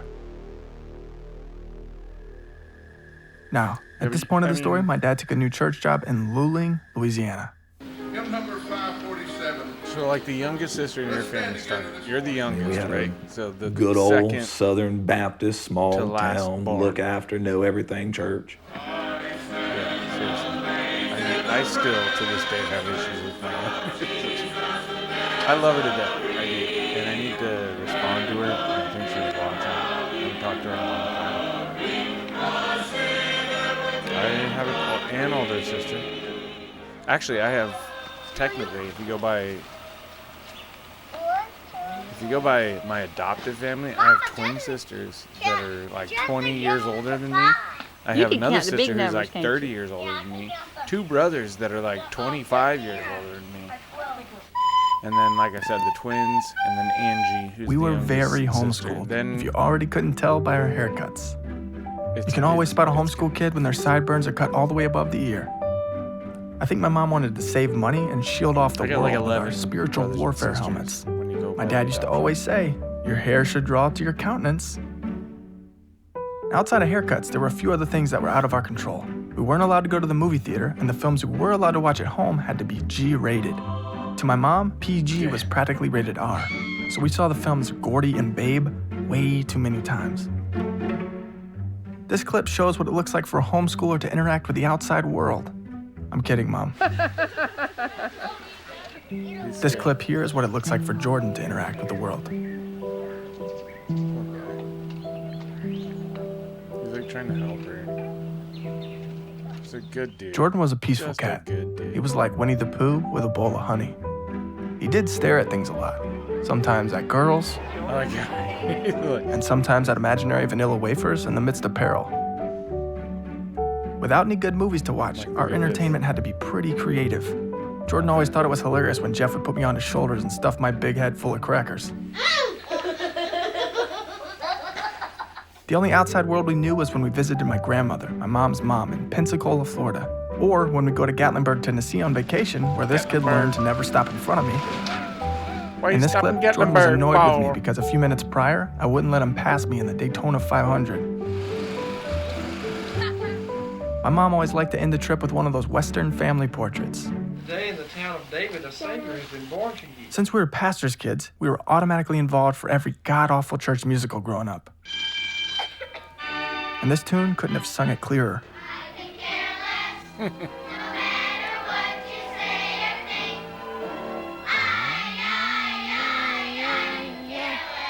There's only a few unscarring clips in this musical madness, such as this one, where Jordan wins over the audience with his cuteness.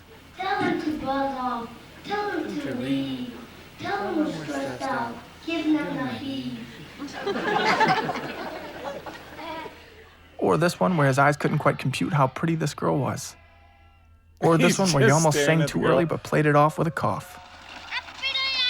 Look how smart this kid is. Like, he's just being himself. That's pretty funny. There's only a few unscarring clips in this musical madness, such as this one, where Jordan wins over the audience with his cuteness. Tell him to buzz off. Tell him to leave. Tell him we're stressed out. Give him a heave. Or this one, where his eyes couldn't quite compute how pretty this Everybody's girl looking was. forward by him. He's just Or staring this at one, that where he girl. almost sang too early but played it off with a cough. I understand. I understand my young Jordan was like my first best friend growing up. We both liked the Bulls. You know, he had his love for Michael Jordan, and I liked Tony Kukoc. Hey, Sean. Tony Kukoc. How old are you? You're at that age where Anybody know you're Tony starting to Kukoc? realize certain things. You know, I remember the Olympics. Me and him had a crush on Dominic Muciano. We were so scared for anybody to hear it. You know, we didn't want anybody to know because you were embarrassed. I picked this all out myself, Jordan. You did? You like it? Yeah. Since Jordan's birthday was on August 24th and mine was on the 30th, even though we were 3 years apart, we always celebrated our birthdays together. We liked to party at Discovery Zone or Funworks, which was pretty much heaven for us. But sometimes we had to party on a budget, and that's where my mom would come up with cheap games to keep us boys grateful and occupied.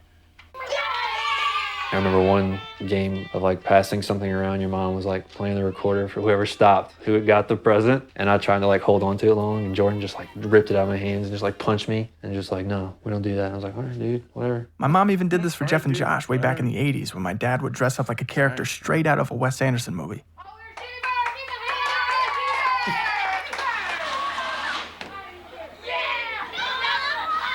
I don't really know how it started, but Jordan went through this mini stuntman phase from ages 8 to 11 where he really just didn't care about pain. Although most of Jordan's falls weren't on purpose, dating all the way back to his diaper days onward. Of all the falls he took, this is the only clip of him crying. But he got tackled playing Duck Duck Goose, so that's fair. Nobody wants to be on the pot. Mom, I'm ready. Outside of a high tolerance for pain, a couple other aspects of Jordan was that he'd stutter if he got too stoked about something. Hey, that was the same Yeah, thing what I Duck Duck got. Goose works. Hey, there you go. Oh, boy. And he'd stick out his tongue when he played video boy. games. And that actually went on his entire life. And it was always a huge source of joy for me and my camera. Hey, what's inside here, guys? I don't know. Our neighborhood was pretty much like the movie The Sandlot. all the kids came together to play. There was always a sport to play. It was always about hoops. We played a lot of street hockey, we played baseball. We were always outside running around. We even had a community pool, and that gave birth to many dreams about our future Wendy Peppercorn. Here's proof of my first ever romantic relationship. Sadly, I didn't even get her name. One thing I really loved about visiting the Robinsons' house, Miss Jennifer was always baking some bread. She had this bread machine. The house always smelled good. And me, being a big kid, I like to eat. Food. They're like, oh yeah, you want this? Okay, no problem. Or without that? All right. But they give me 14 other things that I want. But you don't Basketball was always intense in the driveway. I wasn't really that good at basketball, so I would just hang with Miss J and eat the bread she made. They were all male, just all American, party boys trying to out wrestle, out punch, out shoot, out play, outrun each other. I don't know how we got it past Mom, because she was not a fan of violence at all, but we were able to get a set of boxing gloves from a garage sale. You know, Justin, when he was young, we would teach him how to punch us in the face. Like, he was just a little toddler kid. Okay, right here, get your fists like this and hit me in the face. And we would like guide his hand and, you know, get him to work his core so he could throw a good hook. For those of you that know Justin wanted blood. He wanted to just take my head off because I was the brother that kind of gave him a hard time. Come on, Weenie. Justin was throwing 1, 2, 3s from the time he was just a runt. Jordan, it never really clicked. I think Jordan, when he put on boxing gloves, we called him Clubber. And he would open his mouth. I don't think he's ever thrown a straight punch in his life.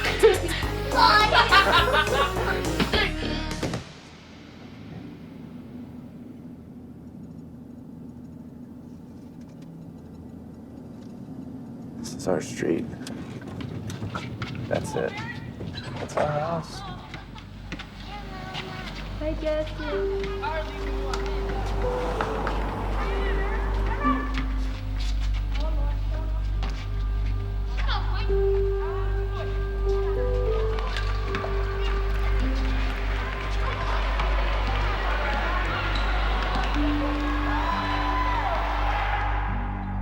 I'm really grateful for basketball and the culture that comes with it.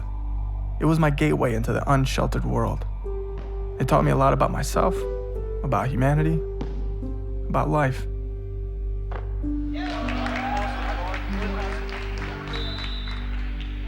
Dude's good, man. He's good. Around 1998 or so, my dad took a new job in the middle of nowhere, Bonham, Texas. We lived in Bonham for about a year, and after Y2K didn't happen, we were on to a new church, this time in Palm Bay, Florida. Our new neighbors across the street had 2 kids, Daniel and Jeff. I became friends with Daniel through common ground and our love for Tar Heel basketball. We only hit heads once, and that was on accident. Sorry, dude. Jordan became friends with Jeff, who was a skateboarder. So Jordan ended up trading a basketball for a skateboard.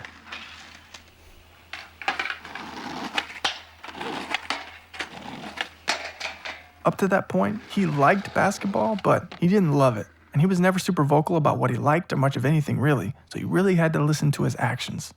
Poor Jordan. Man. And though it took some trash guy, talk, I could get Jordan away from his board long enough to get a game of one-on-one.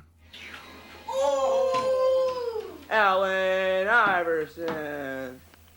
Justin loved I the wish I had a game, 10-year-old and brother Jordan I knew could just Justin loved the game because Well, you like when wanted I to was play college 15 or basketball. something. You wanted to play at North Carolina, And just, and he was going to do what he needed to do to help him fulfill that dream. Really deal with other people. You know. As a freshman, Jordan picked up the basketball again. That team didn't have a whole lot of depth. So much so, they had me, a 6th grader, dress out on varsity. You handled it a lot better than I thought you would. You handled your own, man, like you did good. That's pretty It was a lot harder for Jordan to hold his own out there. Without his skateboard, he was a fish out of water. I mean, he came from a basketball family, and he didn't play basketball. And he was skateboarding, man, when we found him. And basketball was an afterthought. And when he started, it was a disaster. Don't go away from the ball. Go to the ball. He wasn't clumsy. I don't know what size shoe he had or how big his hands were, but he was just that kind of guy. He was graceful, but yet he was clumsy at the same time, if that makes any sense. Go to the ball, George. Go to the ball. But then he decided, for whatever reason, that he wanted to play. He was like, I want to be able to do this. And he didn't necessarily have the skills and know-how to, but he knew he needed to be able to do this. And I saw something in him that I didn't see in a lot of the other kids. A lot of the kids get in there and start playing pig or whatever like that. No, man, he'd be out there getting another 20, 50, 100 shots, you know, curling off a high screen, getting the feet right and squaring up. And he was just so faithful about doing these little things and coming to practice all the time and getting better. And it showed. I mean, from his quick release to such a smooth shot, you can tell that this kid, hey, he didn't just go shoot 5 times this week. He's probably got 1,000 shots in already this week. Like, that's hours of work. They're far and few between that come with that kind of work ethic that was put in by God at a very young age and then used in all areas of his life. And basketball just received his innate qualities of faithfulness, of hard work, of commitment. There are certain kids that you coach and you're sort of hoping, you know, that they bring it this day or that day or an important game or that. With Jordan, I never had to think about that. You almost have like an advantage being brothers because you grew up playing all the time together. They were like the dynamic duo. It was like one didn't come without the other.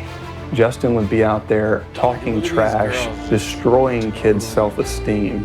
And you took basketball to more than just a physical sport and a talent, because there's a mental side of it too, and you know how to mess with people's mental side. Justin, he was mouthy all the time, smacked. Everybody knew who he was when he walked into the gym. And nobody even sometimes knew who Jordan was. I mean, he would just kind of walk in and take care of business and then walk back out. We were like not the same, but on the same wavelength. Symphony of a relationship. And I think Justin really played that key role as they played together and being that one that constantly spoke to him and constantly pushed him. And it was really just an awesome thing to watch. They're distinct, different styles of play, with Justin being just so creative and making things happen. And Jordan's just, you know, one throwing the dagger out there every time. He was very, very unique in so much that his life was outside the game was exactly the same as it was on the court.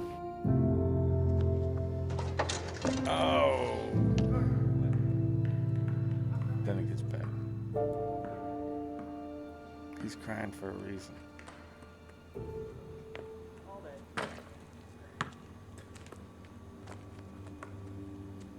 Poor kid, man.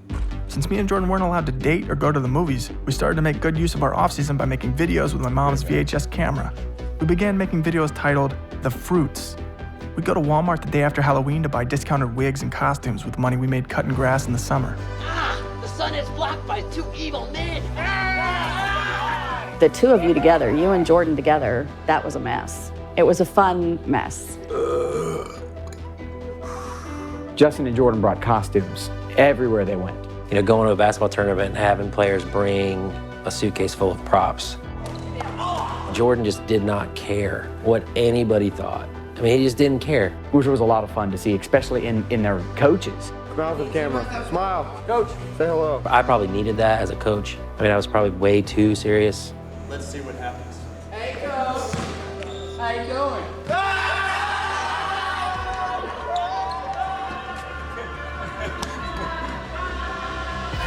The two of them together just made mayhem that everybody wanted to be a part of. And once we got Coach away from all the professional adults, he joined us in the Fruits. This is what happens when you remember all the skills that I've taught you. This is what you can become. Me, Jordan, and Coach always had the awkward homeschool baller down to a science. Justin was like the producer Nazi. Go here, sit here, redo that. He's the smallest one out there. He's telling us what to do. The crazy thing is we did it. You idiot. And it's funny, when I think about Jordan, he's very opposite in a lot of ways. Jordan also had this side where, like, if Justin would lead him to do something, he would do it.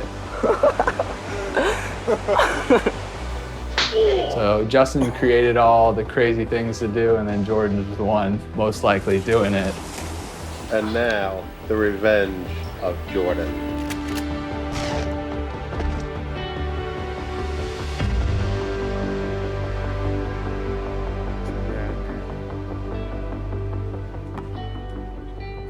Like I said earlier about Jordan not being super vocal about what he wanted to do, now he wanted to play college basketball. And since nobody was knocking on his door with a scholarship, he found a mom-approved Christian university in South Carolina. We called and they said they were having a tryout. They already had most of the team, but they were doing walk-on tryouts. So it's getting hard now. We knew in that fall that he was going to make a difference. We didn't know if it was going to be as the all-time career scorer in North Greenville history, or if it was just going to be through his work ethic, through his attitude, and honestly, either was going to be fine with us. And that's what made us realize that we needed Jordan Robinson. I don't know what his expectations were when he started playing at North Greenville, but we knew with the team that we had that he wasn't going to play a ton his freshman year. And yet he comes in and he is in better shape than every single person that we have, is working harder than every single person that we have. And it was fun to watch. Like he was that kid you hated to play against, but you loved to have him on your team because you didn't have to play against him. It's not like we took it easy on him. He got beat up every day. Tough as nails, never complained, not once. And that was one of the things I admired about him. Because, he would show up every day and work his tail off, and knowing he wasn't gonna play.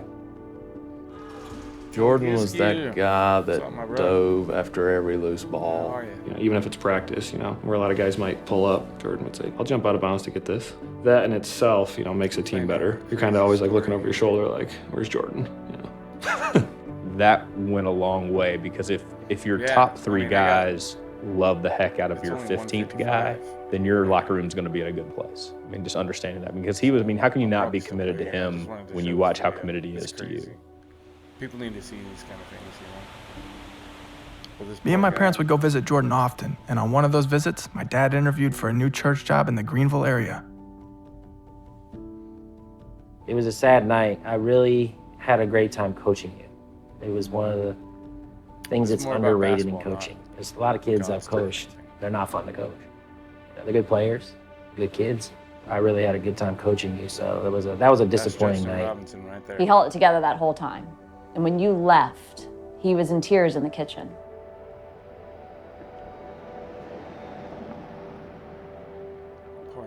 The day they drove up to South Carolina for their move, Justin played in his first game with us that night.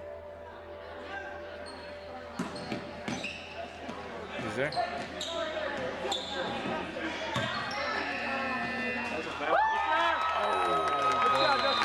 And since me and Jordan were under the same roof again, I had to remind him what kind of brother I was.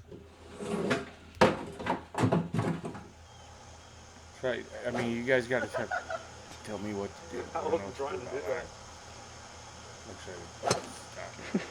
Dude, what the heck? You just missed twice.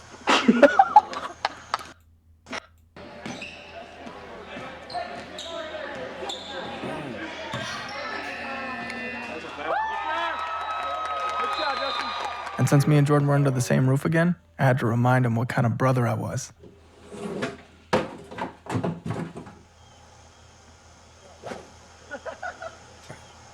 I wasn't trying to do that. Dude, what the heck? He missed twice. Dude, I missed it twice. How is that possible? After our first season in South Carolina ended, Florida was on our mind. But for Jordan, it was a girl, Rachel. Now, she was still in school back at Covenant, but they had developed a relationship before he left and throughout his freshman year. So, Rachel invited Jordan to the junior-senior. And like a good third wheel, I was going to come too. The day before, or it was the day of, we went to a matinee showing of the movie Disturbia. It was one of those movies where it was a perfect opportunity to hold her hand, because it was a little suspenseful. And I remember noticing, or kind of feeling the tension of her wanting him to hold her hand and Jordan wanting to hold her hand, but neither of them doing anything about it. I mean, it was so funny because I knew what he wanted to do. He wanted to hold my hand. It was like the third act, and I remember just telling Jordan, And just a small window into Jordan's backstory, he had never kissed a girl. But that meant the little things that Jordan did meant like the world. After the event was over, Rachel later shared the story of Jordan's boldness, and that's without any screen direction from me. It was raining outside. He's looking at me and he's like, okay, you have two options. He's like, I can either go get the car for you or I can pick you up and carry you to the car. And at first I was like, no, it's okay.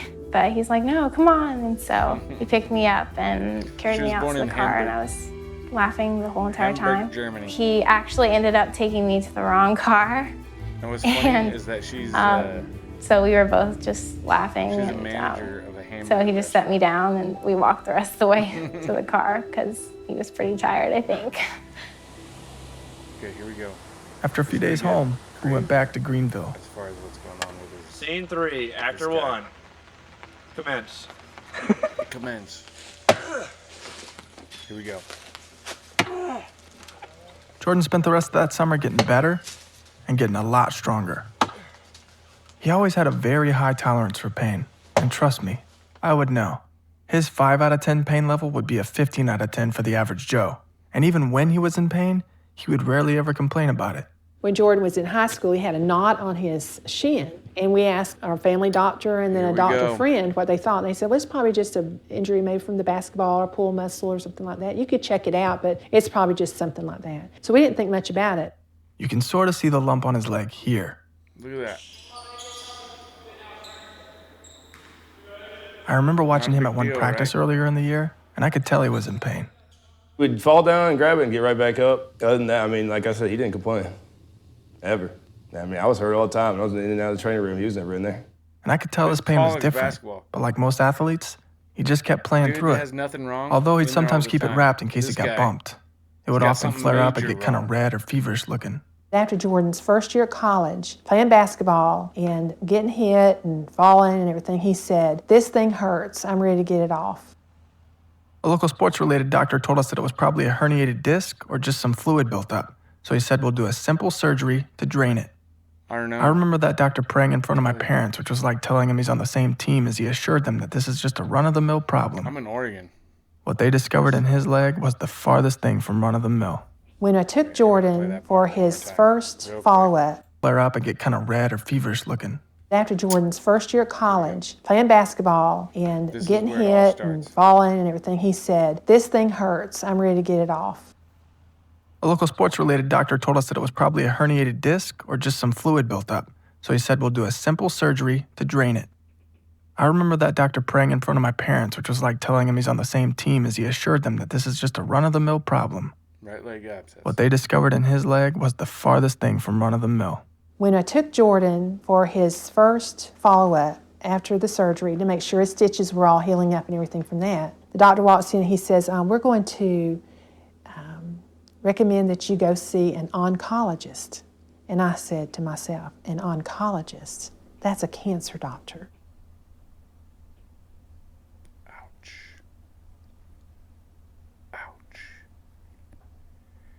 Effing ouch. I just remember that day. It was so weird because you never think about it until it happens to somebody that's close to you or that you care about. What do you do? What do you think? What do you say? It didn't seem real, you know, because, you know, Jordan being who he was, nicest person I knew. It felt so surreal that it would happen to Jordan of all people. He was really one of those people like, why Jordan? He's such an amazing man. Like, why Jordan? So there you have it. The most merciful and kind-hearted dude I know has cancer. The epithelioid type make up less than 1% of the sarcoma, so it is a very rare tumor. Since this type of cancer was so incredibly rare, they reached out to Harvard for a second opinion, who replied, I'm sorry to say that I can do no better than to label this as an unclassified epithelioid malignant neoplasm. Basically what had happened was that drain surgery not only discovered those suspicious cells, it drained those cells into the sarcoma, so it is So like here, listen to this. Basically, I just remember that day. It was so weird because you never think about it until it happens to somebody that's close to you or that you care about. What do you do? What do you think? What do you say? It didn't seem real, you know, because Jordan being who he was, nicest person I knew. It felt so surreal that it would happen to Jordan of all people. He was really one of those people, like, why Jordan? He is such an amazing man. Like, why Jordan? So there you have it. The most merciful and kind-hearted dude I know. She's like, why does this like affect you so much or whatever? And I'm like, because why does it happen to the people, like the best people in the world? Like the ones that the world could really, really be affected by are the ones that have to deal with this. And then they're gone, and it's like we're left with everything else. Seemed real, because Jordan being who he was, nicest person I knew. Look at how these people like they care, and like it's like pig. I just remember that day. It was so weird because you never think about it until it happens to somebody that's close to you or that you care about. What do you do? What do you think? What do you say? It didn't seem real, because Jordan being who he was, nicest person I knew. It felt so surreal that it would happen to Jordan of all people. He was really one of those people, like, why Jordan? He is such an amazing man. Like, why Jordan? So there you have it. The most merciful and kind-hearted dude I know has cancer. The epithelioid type make up less than 1% of the sarcoma, so it is a very rare tumor. John, man. Since this type of cancer was so incredibly rare, they reached out to Harvard for a second opinion, who replied, "I'm sorry to say that I can do no better than to label this as an unclassified epithelioid malignant neoplasm." Basically what had happened was that drain surgery not only discovered those suspicious cells, it drained those cells into his ankle. He was then scheduled for surgery on August 7th, and that was referred to as a considerable debulking procedure and/or radical resection. After that surgery, his ankle was still positive for persistent sarcoma. The doctor then recommended further resection, but also explained to my parents that Jordan might ultimately require a below-knee amputation in order to control the tumor. They understood this and wished to proceed with further resection. And even after both surgeries, they couldn't remove the entirety of the sarcoma. The trauma from those procedures on Jordan's leg was catastrophic. Per the doctor's notes, this dissection did leave peroneal tendons as well as distal fibula. Also, the very lateral edge of the Achilles tendon was exposed. The wound was found to be 25 centimeters by 13 centimeters in size. They had to take a skin graft from his thigh to try and cover his now open leg, and they followed that up with a wound vac. And for those who don't know what a wound vac is, here's Wikipedia's definition. The therapy involves the controlled application of subatmospheric pressure to the local wound environment using a sealed wound dressing connected to a vacuum pump. It promotes wound healing by applying a vacuum through a special sealed dressing. The continued vacuum draws out fluid from the wound and increases blood flow to the area.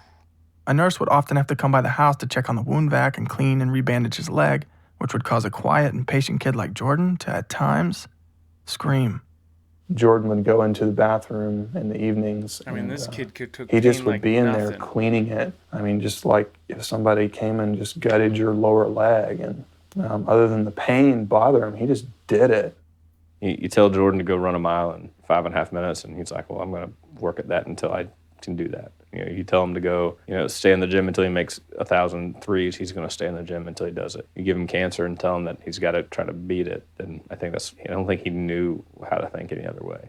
Jordan was so positive with it, the idea of him, losing the battle to that just didn't really even enter my mind because I didn't feel like it had even really entered his. Through it all, he started his fall classes for his sophomore year on crutches and in a wheelchair. And he obviously wasn't going to be playing basketball that season, but he was still a part of the team. Even when he was in a wheelchair, he never wanted the attention. Never. And even then, he wasn't complaining. This is one of the last pictures of him before his luscious locks started to fall out from the chemo. And in honor of his last haircut for a while, we went for the rebellious homeschooler look.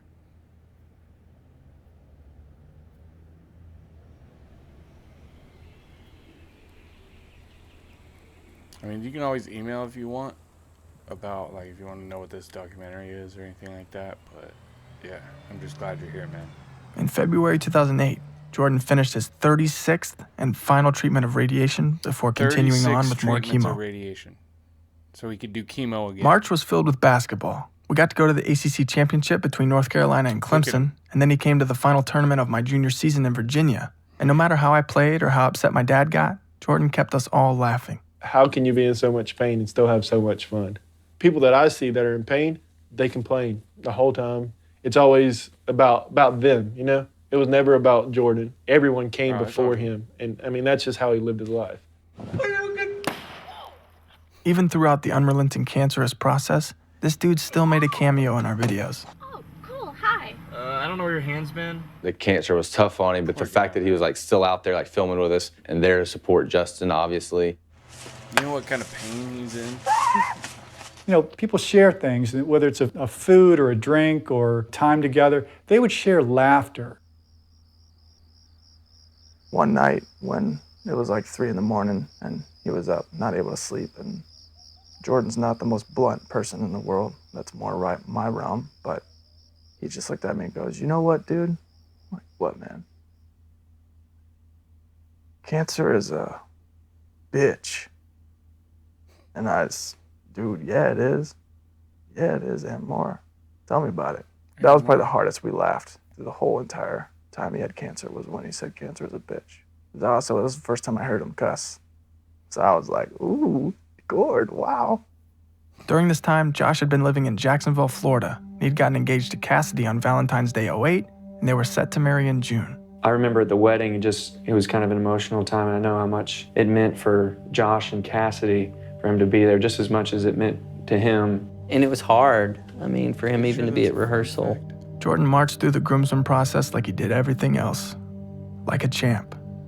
You know, I got to see his leg for the first time. I mean, that was overwhelming. And then I got to see Jordan emotional for the first time. He kind of broke down just a little bit. And I got to see some of the hurt and some of the confusion that was going on. Kind of let me into that world just a little bit. And man, I was crushed.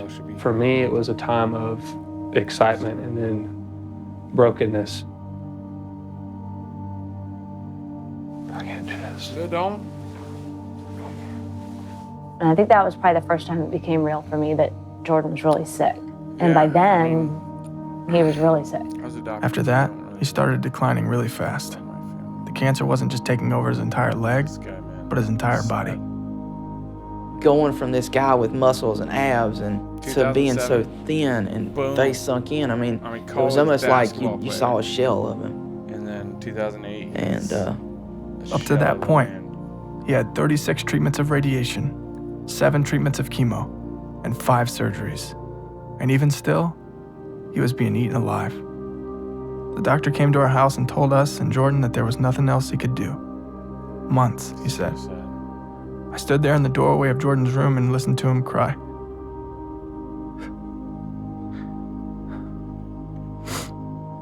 My parents then took Jordan to Duke to see if they had any new experimental options, but sadly they said there was nothing else that could be done. Jimmy's driving, like, nope, I'm in the he's front gonna seat, die. then Jordan's in the back seat of the car, 6'2", size 13 shoes. He is crying his little heart out back Three there. brothers and sisters. And he says, And "Mom, they go, nope. Mom, He's here. please You help see him me." now. 11 months, he'll be gone. She'll be You know, gone. I couldn't bring myself, though, to even talk to Jordan about him dying. I should have, but I couldn't. I always held out. Maybe God at the last minute was going to. So I didn't want to plant in Jordan's mind and heart that he couldn't be healed. So I just couldn't bring it up. The pain was so bad, we had to really up the morphine. Just the morphine affects your mind. And Jordan was never a person who was afraid of much of anything, took pain very well, but then it started to cause him to have a lot of fear. Jimmy said, "I really want him to go to the hospital." And Jordan didn't really want to go to the hospital. Just that thought of going back to the hospital terrified him. He would just, scream, "Please, please, don't take me back there, don't take me back there." I couldn't really watch. We just grabbed a sheet that he was on.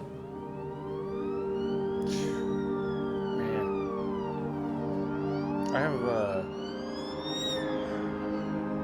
have the progression be from, oh, my leg hurts, see him on crutches, then into that wheelchair, and then to that hospital bed.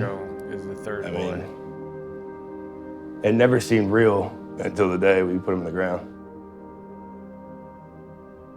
Happened on a Tuesday, and a friend from our church came to the room and they asked me if I wanted to come eat downstairs, and to this day I've never eaten in a hospital. They asked me, can we get you anything? And I was like, yeah, there's this smoothie place that opened downstairs. And he came back with this purple smoothie. I don't remember what flavor. Like, Jordan wasn't eating and stuff, and I went over to his bed, and Thank you, Telly. he was trying to find me with his eyes, and he said, what's up, dude? Big Daddy. Thank you, guys. I told him, I got some smoothie for you. I put the straw in his mouth, and he drank like half of my smoothie. I was like, dude, keep drinking, man. I walked over to the left of the end of the bed and was sitting in one of those stinky, crappy hospital chairs. My dad was like reading a newspaper, and my mom was just reading something, and I'm here, and his bed's like right here, and his head's over there, and I'm just watching him. He just kind of breathed, he raised his chest real high, and he made a noise that was like, it's like a code red or something. And he breathed again, and it was harder for him. And on the second breath, I said, Mom. And then Jordan breathed one more time. He inhaled, and then he did an exhale. My mom ran out of the hospital room, calling for a nurse, and one by one they come in and check his pulse. And the doctor came in, and Jordan's eyes were open, and he just awkwardly but politely walked over and tried to do the old, close the eyelids thing, and they didn't close. He did it again, and they didn't close. And then he looked over at me, and with my eyes, I just leave him alone. And he didn't touch him again.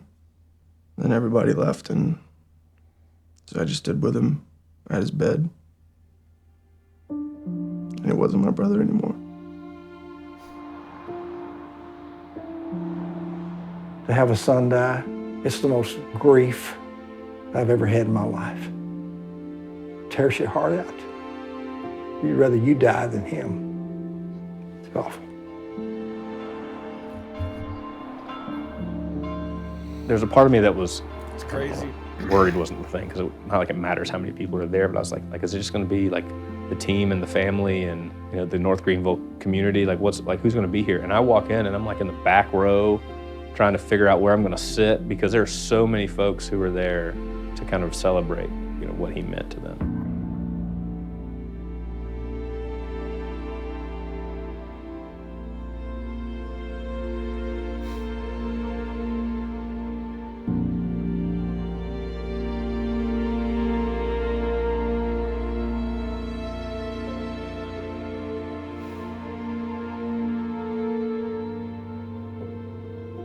I just remember being, it was, again, kind of an aha moment. I was like, well, obviously, it makes perfect sense that a kid who, loves people like crazy is going to be loved back like crazy.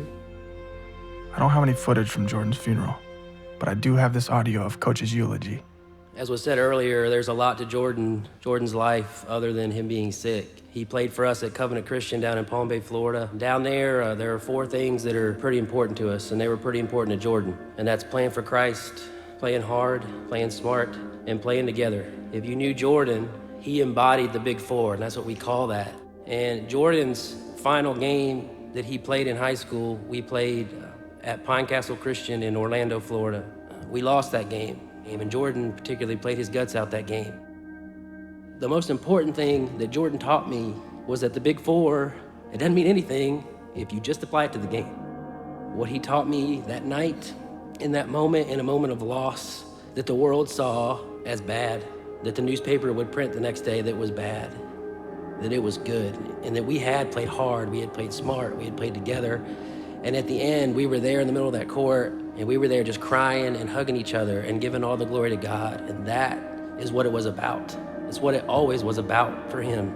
He lived hard, he lived smart, he lived together with his family and his teammates. And I think I speak for the 2 gentlemen behind me and a lot of his teammates that are out there.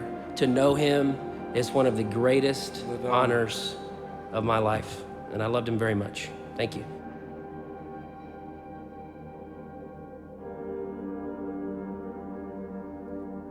It was bittersweet, he was in so much pain, and selfishly, I was just gonna miss him. tough. But the other part of me was just, happy for him. No more pain, perfectly healed, spending time with Jesus. I mean, that's just what I held to. I miss Jordan, but I thank God, for what he did and the life he had here, and not one thing was wasted in what he did. And as Jordan died, I think your connection with Coach definitely deepened. After the funeral, Coach took me and a couple friends to a cabin in the mountains of North Carolina to get away from it all. We went to Blockbuster and rented the film, No Country for Old Men. And that's all I really remember. Then he went back to Palm Bay, and I started my very blurry senior season of basketball. My husband, who was the coach at the time, had asked Justin if there was anything we could do for him. And Justin said, I want to wear number 20, which had been Jordan's number. It meant more to him than just a number. Like, it represented Jordan. There was a greater drive within you to respect that. You said you were playing for Jordan that year. I was in a weird type of autopilot. I knew what to do and how to do it, but I wasn't there. It's like when you drive somewhere, but you don't remember taking any turns or any cars. You just got there without being present. I do remember getting a lot of technicals, though.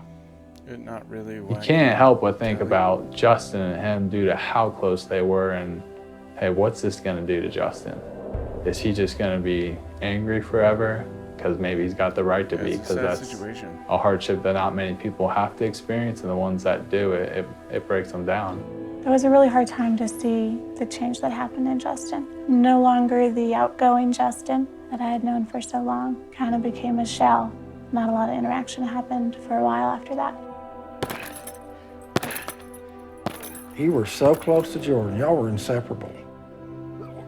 It's something that doesn't go away. That's just a reflection of the significance and the impact. I can't imagine losing that, almost your other half. You don't really care. Your soul was ripped apart. So when you took away Jordan, it was a blow to you.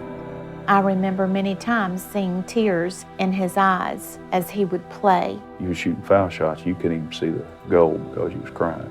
And it's just, as a coach, some days you just don't say nothing, just come here, or just come here, let me hold you.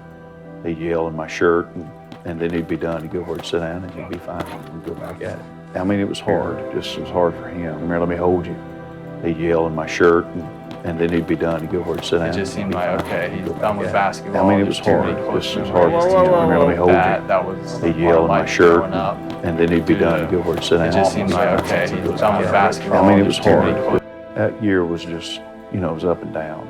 I think it was a building year for all of us to have to go through that, to get to share in that impact of what Jordan meant to Justin. Yeah, anyway, I don't know. I think it's crazy.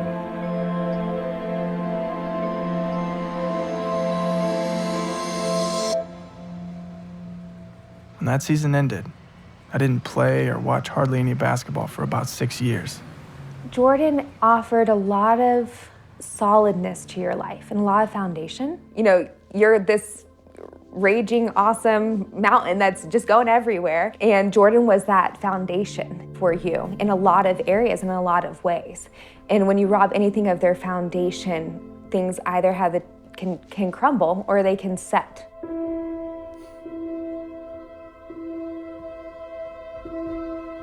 Without Jordan in the world, really mean that. I couldn't enjoy the game anymore. You don't care, you never It wasn't met the them. same, Doesn't and matter. nothing will ever be the same, but through making this documentary, I came back to the game of basketball. It wasn't until I started watching Stephen Curry who sparked me back to the game. I always thought the game left me, but that wasn't the case. I'm the one who left. My love was always there, it was just broken. Today, I keep a ball and a pair of J's in my car at all times. To me, sometimes basketball is one of the only things that makes any sense. And when I'm on a court, it's one of the few places I feel at home. And though I rarely get to play, basketball is much more to me now than it ever was before. It's therapy for me. Poor guy, man. While editing all my memories on the court and talking about Jordan to all our friends during this process, I was reminded of the joy it brought us all those years.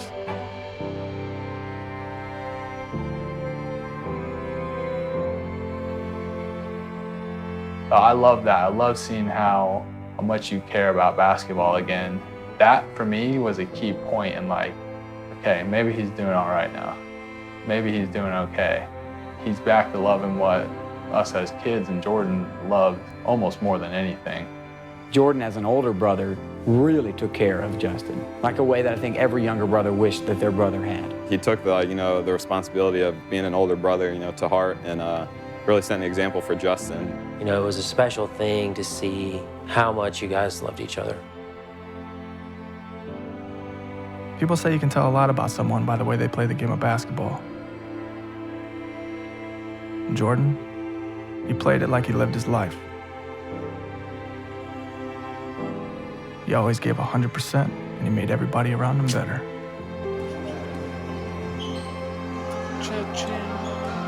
Jordan was the best teammate I ever had. Justin would not be Justin Robinson if it wasn't for Jordan. And Jordan's character, and Jordan's kindness, and Jordan's consistency, and Jordan's love. All of those things about Jordan made Justin Robinson who he is. And I love that we get to reflect on Jordan and just what an awesome guy he was. And documentaries like this are going to get to go so far in continuing his legacy and who he is, and that he gets to live on through those memories. I couldn't ask for a greater, more loving son than Jordan Robinson. Jordan, we love you. You're a very patient person to live in our family and to be caught right in the middle there, okay? We love you, Jordan. Life hasn't stopped since Jordan's death. Right there in the middle. In 2013, Josh and Cassidy had their first child, Micah Jordan, which made me an uncle for the first time. Micah Jordan. His life hit me pretty hard, because the fact that he doesn't get to meet Uncle Jordan, I have to be somewhat of two uncles to him. I have to love him that much more. One way I do that is to give him MJ gear, which was always kind of a love language for me and Jordan. In 2015, Micah became a big brother to Hannah, who was one of the most stoked little chicks out there. Whether she's angry or joyful, she's all in. Jeff got married in 2014, and he now has a son named Noah Jordan. And you already know I got him rocking some Air Jordan onesies. The reality is when my daughters ask why I named my daughter, my second born, Jordan Hope, I can tell them the story about Jordan Paul Robinson, a guy we called Gord, and how he was special to Daddy.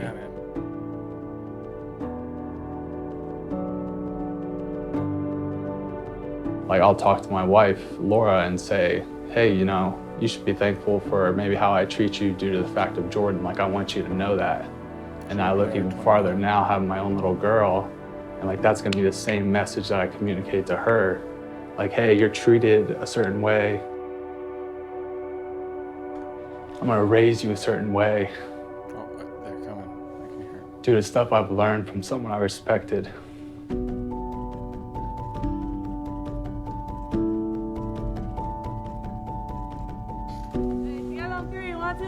And even though me and Coach were states apart, we always kept in contact. I got to hang with him back in May 2016, and we took this picture in his living room in front of Jordan's jersey.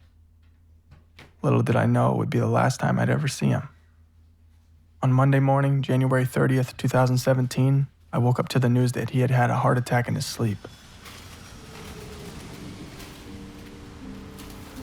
2 days later, I found myself in Palm Bay, Florida, writing a speech for his funeral. We were just texting a few days prior about Steph Curry.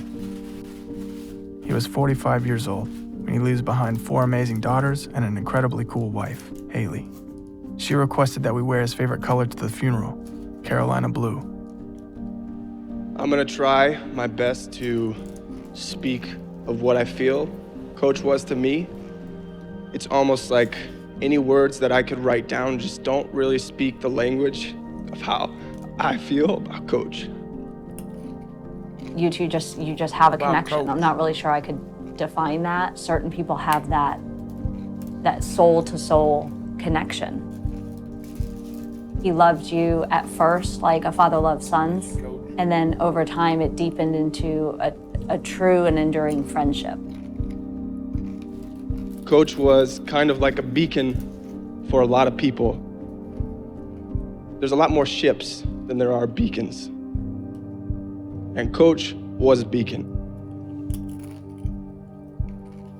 Now, as I've gotten older, somewhere inside me, I keep a list of people that are just on the special list. You just make the team of earning my deepest love, or, you come in and save the day for me.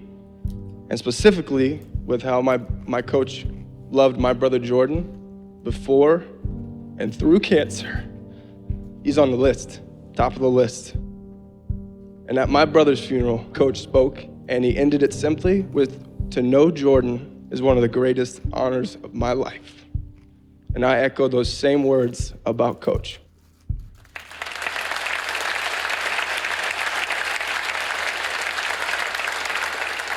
We done? Yeah. All right.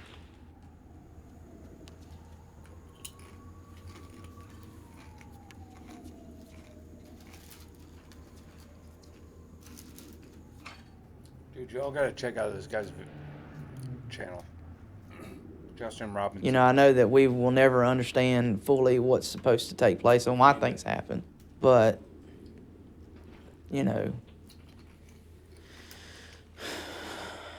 So, I know I'm the interviewee, but you're the brother. How is that? I have a lot of dreams about him. And he's always with me or where I'm going, like he's gonna meet me there, but I never see his face.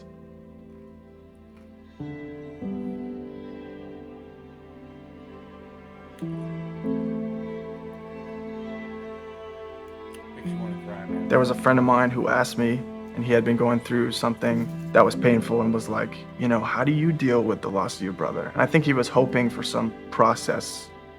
And I was like, well, you just bleed out for the rest of your life, and there's nothing you can do about it. But that's not like oh my gosh, I'm trying to depress you. That's just a reality. When you love somebody that much, it's gonna be painful. And everything I touch is gonna have blood on it. Almost 18 years of my life, I had Jordan in mind. That's an incredible gift. So anything I bleed is totally worth it. Most people, when they say you should move on, means forgetting. I don't want to forget. Every memory I have of him is good, even the really terrible ones of watching him die. He was still Jordan. So the whole, time heals all wounds, I just don't think that's true for me, People can say whatever they want. If you're locked arms with someone and I'm hopping on one leg, if he moves, I'm gonna fall down. So now that person's not there, I'm just trying to figure out how to walk. And I'm gonna fall down. And I'm gonna get back up. I'm gonna fall down. And I'm gonna look for him to hold me up when he's not there. And then I'm gonna remember all the times he held me up. I don't really like cake, though. And then however far I go, that's all I'm gonna think about. Because we were much better together than I am hopping on one foot trying to do life. Let's hear it for Jordan Rock.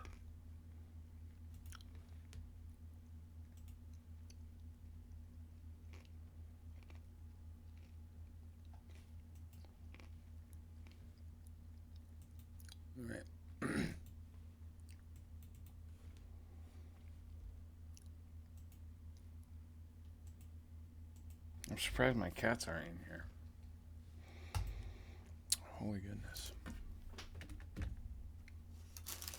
It's crazy though. Crazy, crazy video.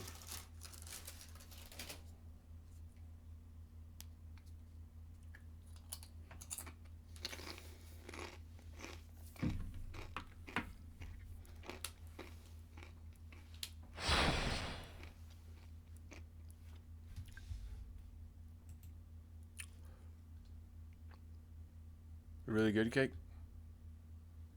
What about the documentary? Oh, Star Nerd, you're awesome. Yeah, no, go watch it. I mean, I'm not sure if you missed any of it, but it's freaking amazing. I've watched it 3 times in the last week. And I showed my wife and everything. My sister died of cancer, so I know how it goes. I know exactly how it feels. And it's too bad. It's always the good ones that go.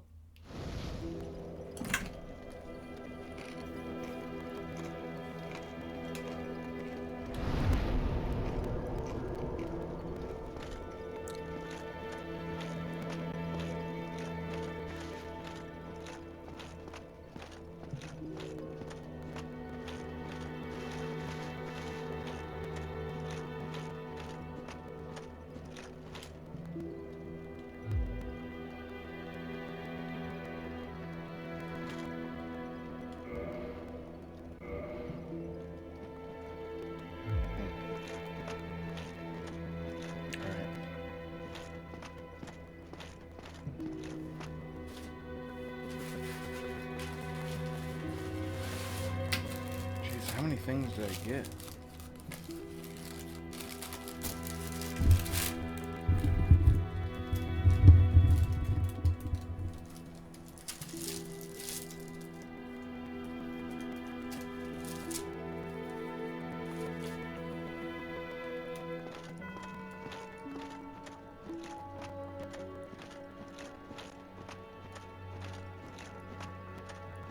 Womp, womp, womp, womp. Womp, womp.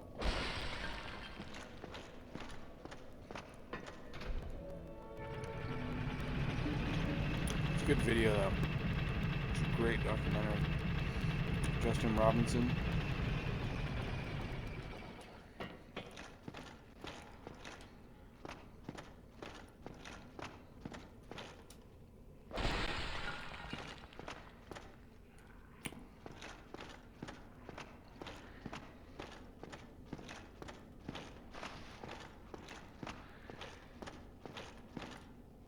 Yeah, I don't know what that means. What, lurk?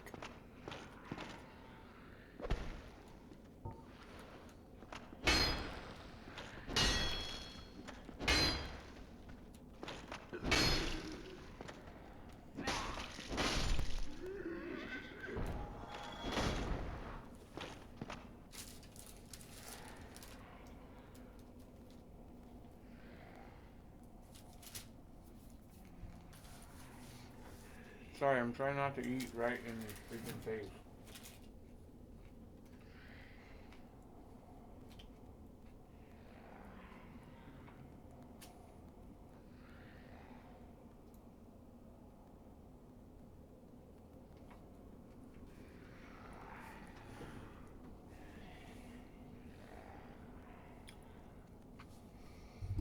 Yeah. Star Nerd, what are you talking about, lurk? Is there like a command you can just be like, lurk, and then somebody shows you who's lurking? What you doing?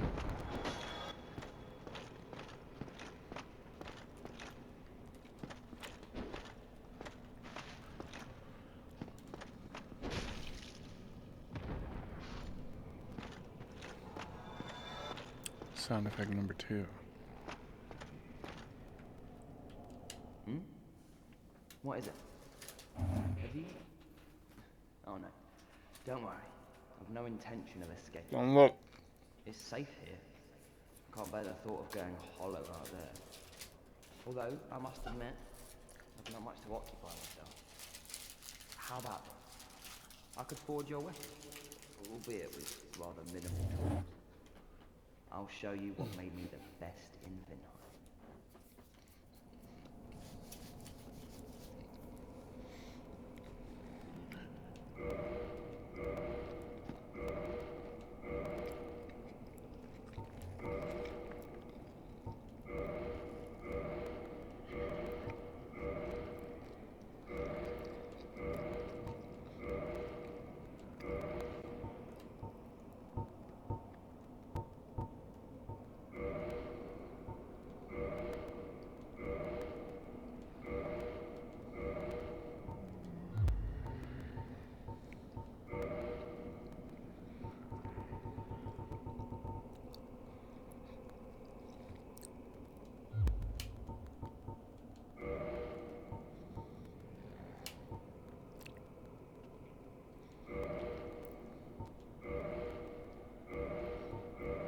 Okay.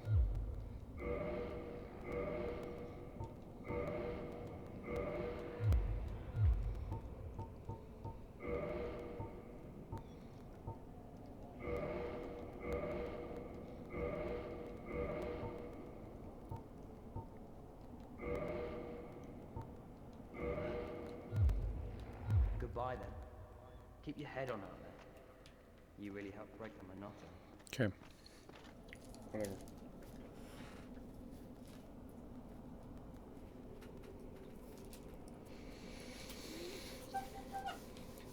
Donuts.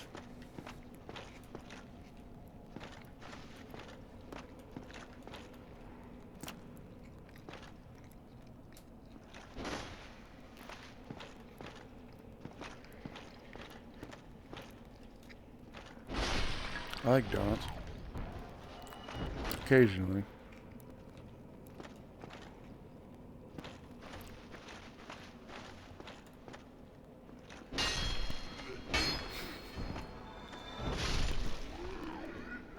Vegans, I guess.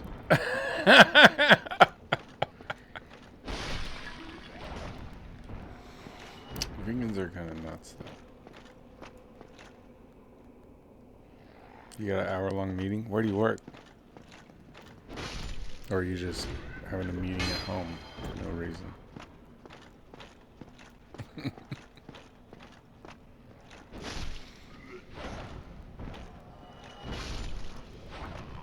Alright, yeah, I'm about done here in a minute.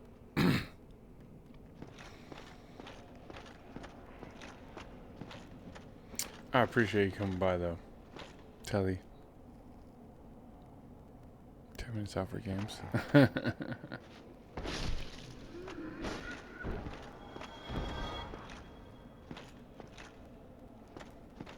Hey, Telly, come back by, alright?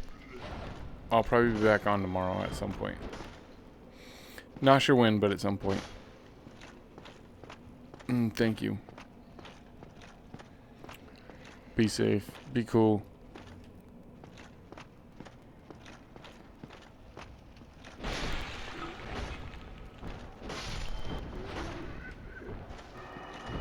Oh!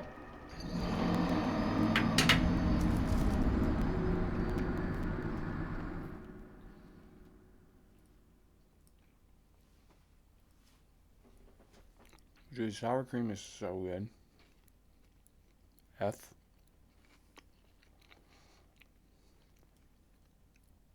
I got a meeting 10 minutes out for games. F.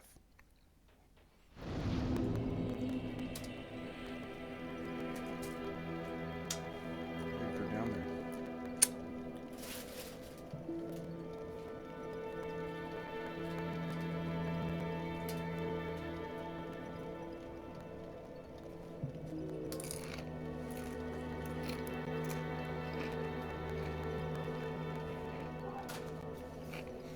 All right.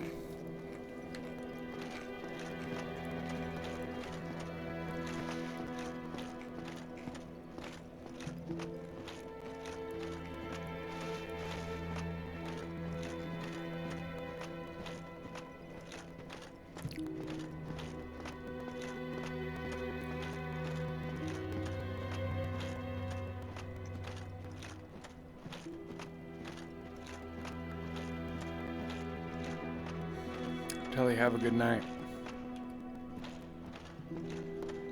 We'll miss you.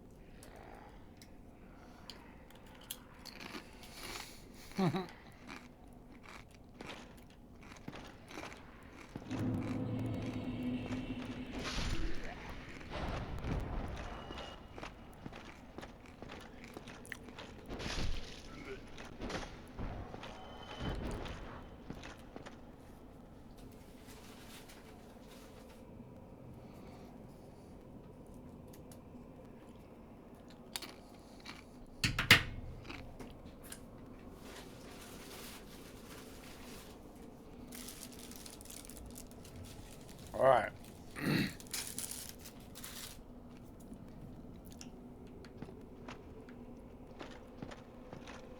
Let me get down here. Oh, there's my stuff. Oh, what weapons have you?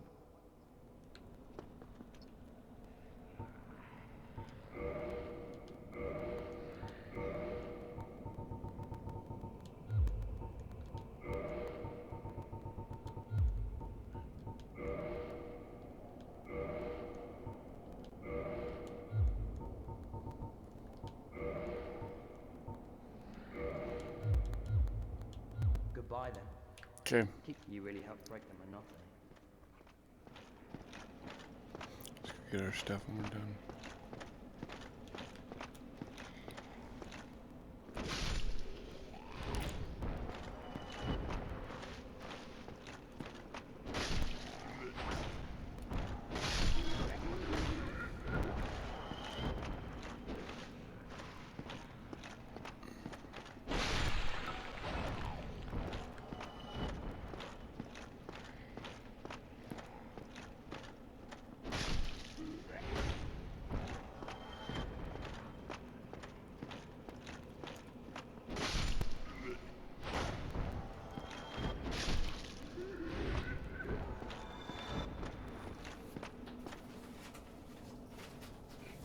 Dude, especially the curled up chips. I can get a bunch of cheese in there. Mm-hmm.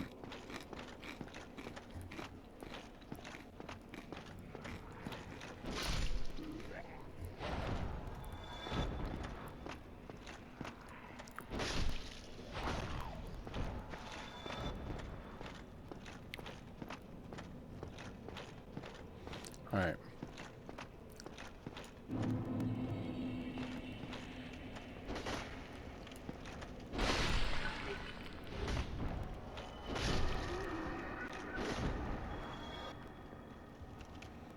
Okay. Okay. We're gonna go back up. Camp out. Hold our souls. Be back tomorrow.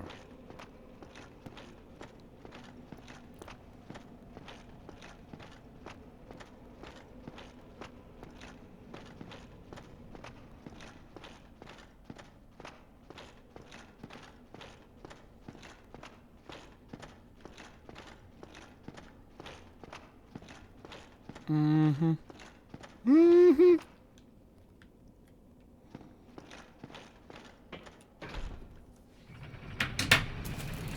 Mm-hmm. Oh, and it's supposed to have no tomatoes. Stupid bastages. It's got nothing but tomatoes. Ugh. Ugh. So mad.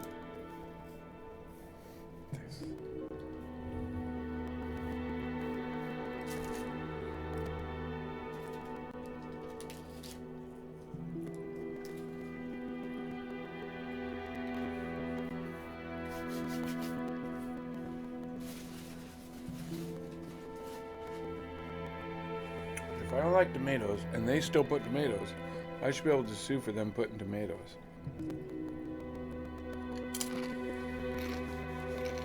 Go up.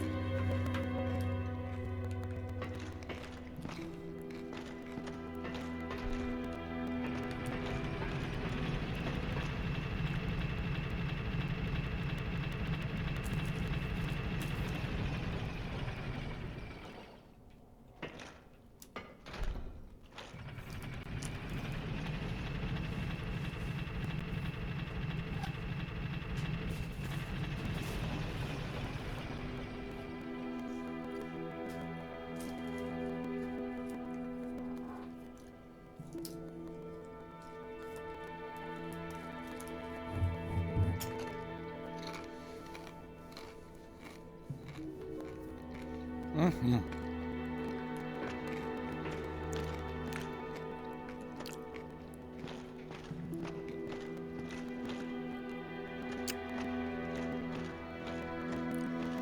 You see.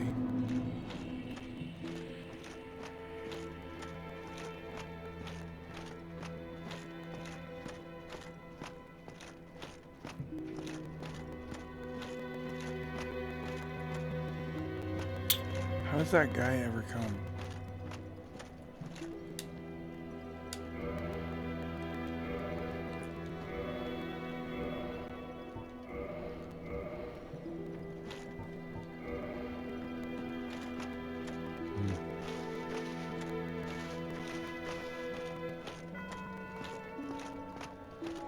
All right, back to Firelink Shrine. Boppity bop bop. Bop bop.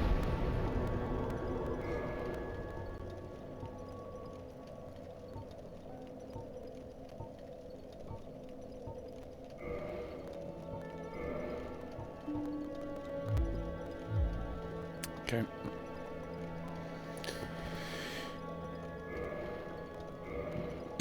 Love y'all. Peace out.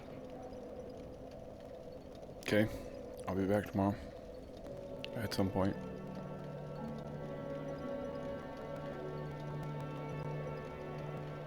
Be cool to one another. Eat all the food you can. And screw tomatoes. Right? Alright. Peace out. Love y'all.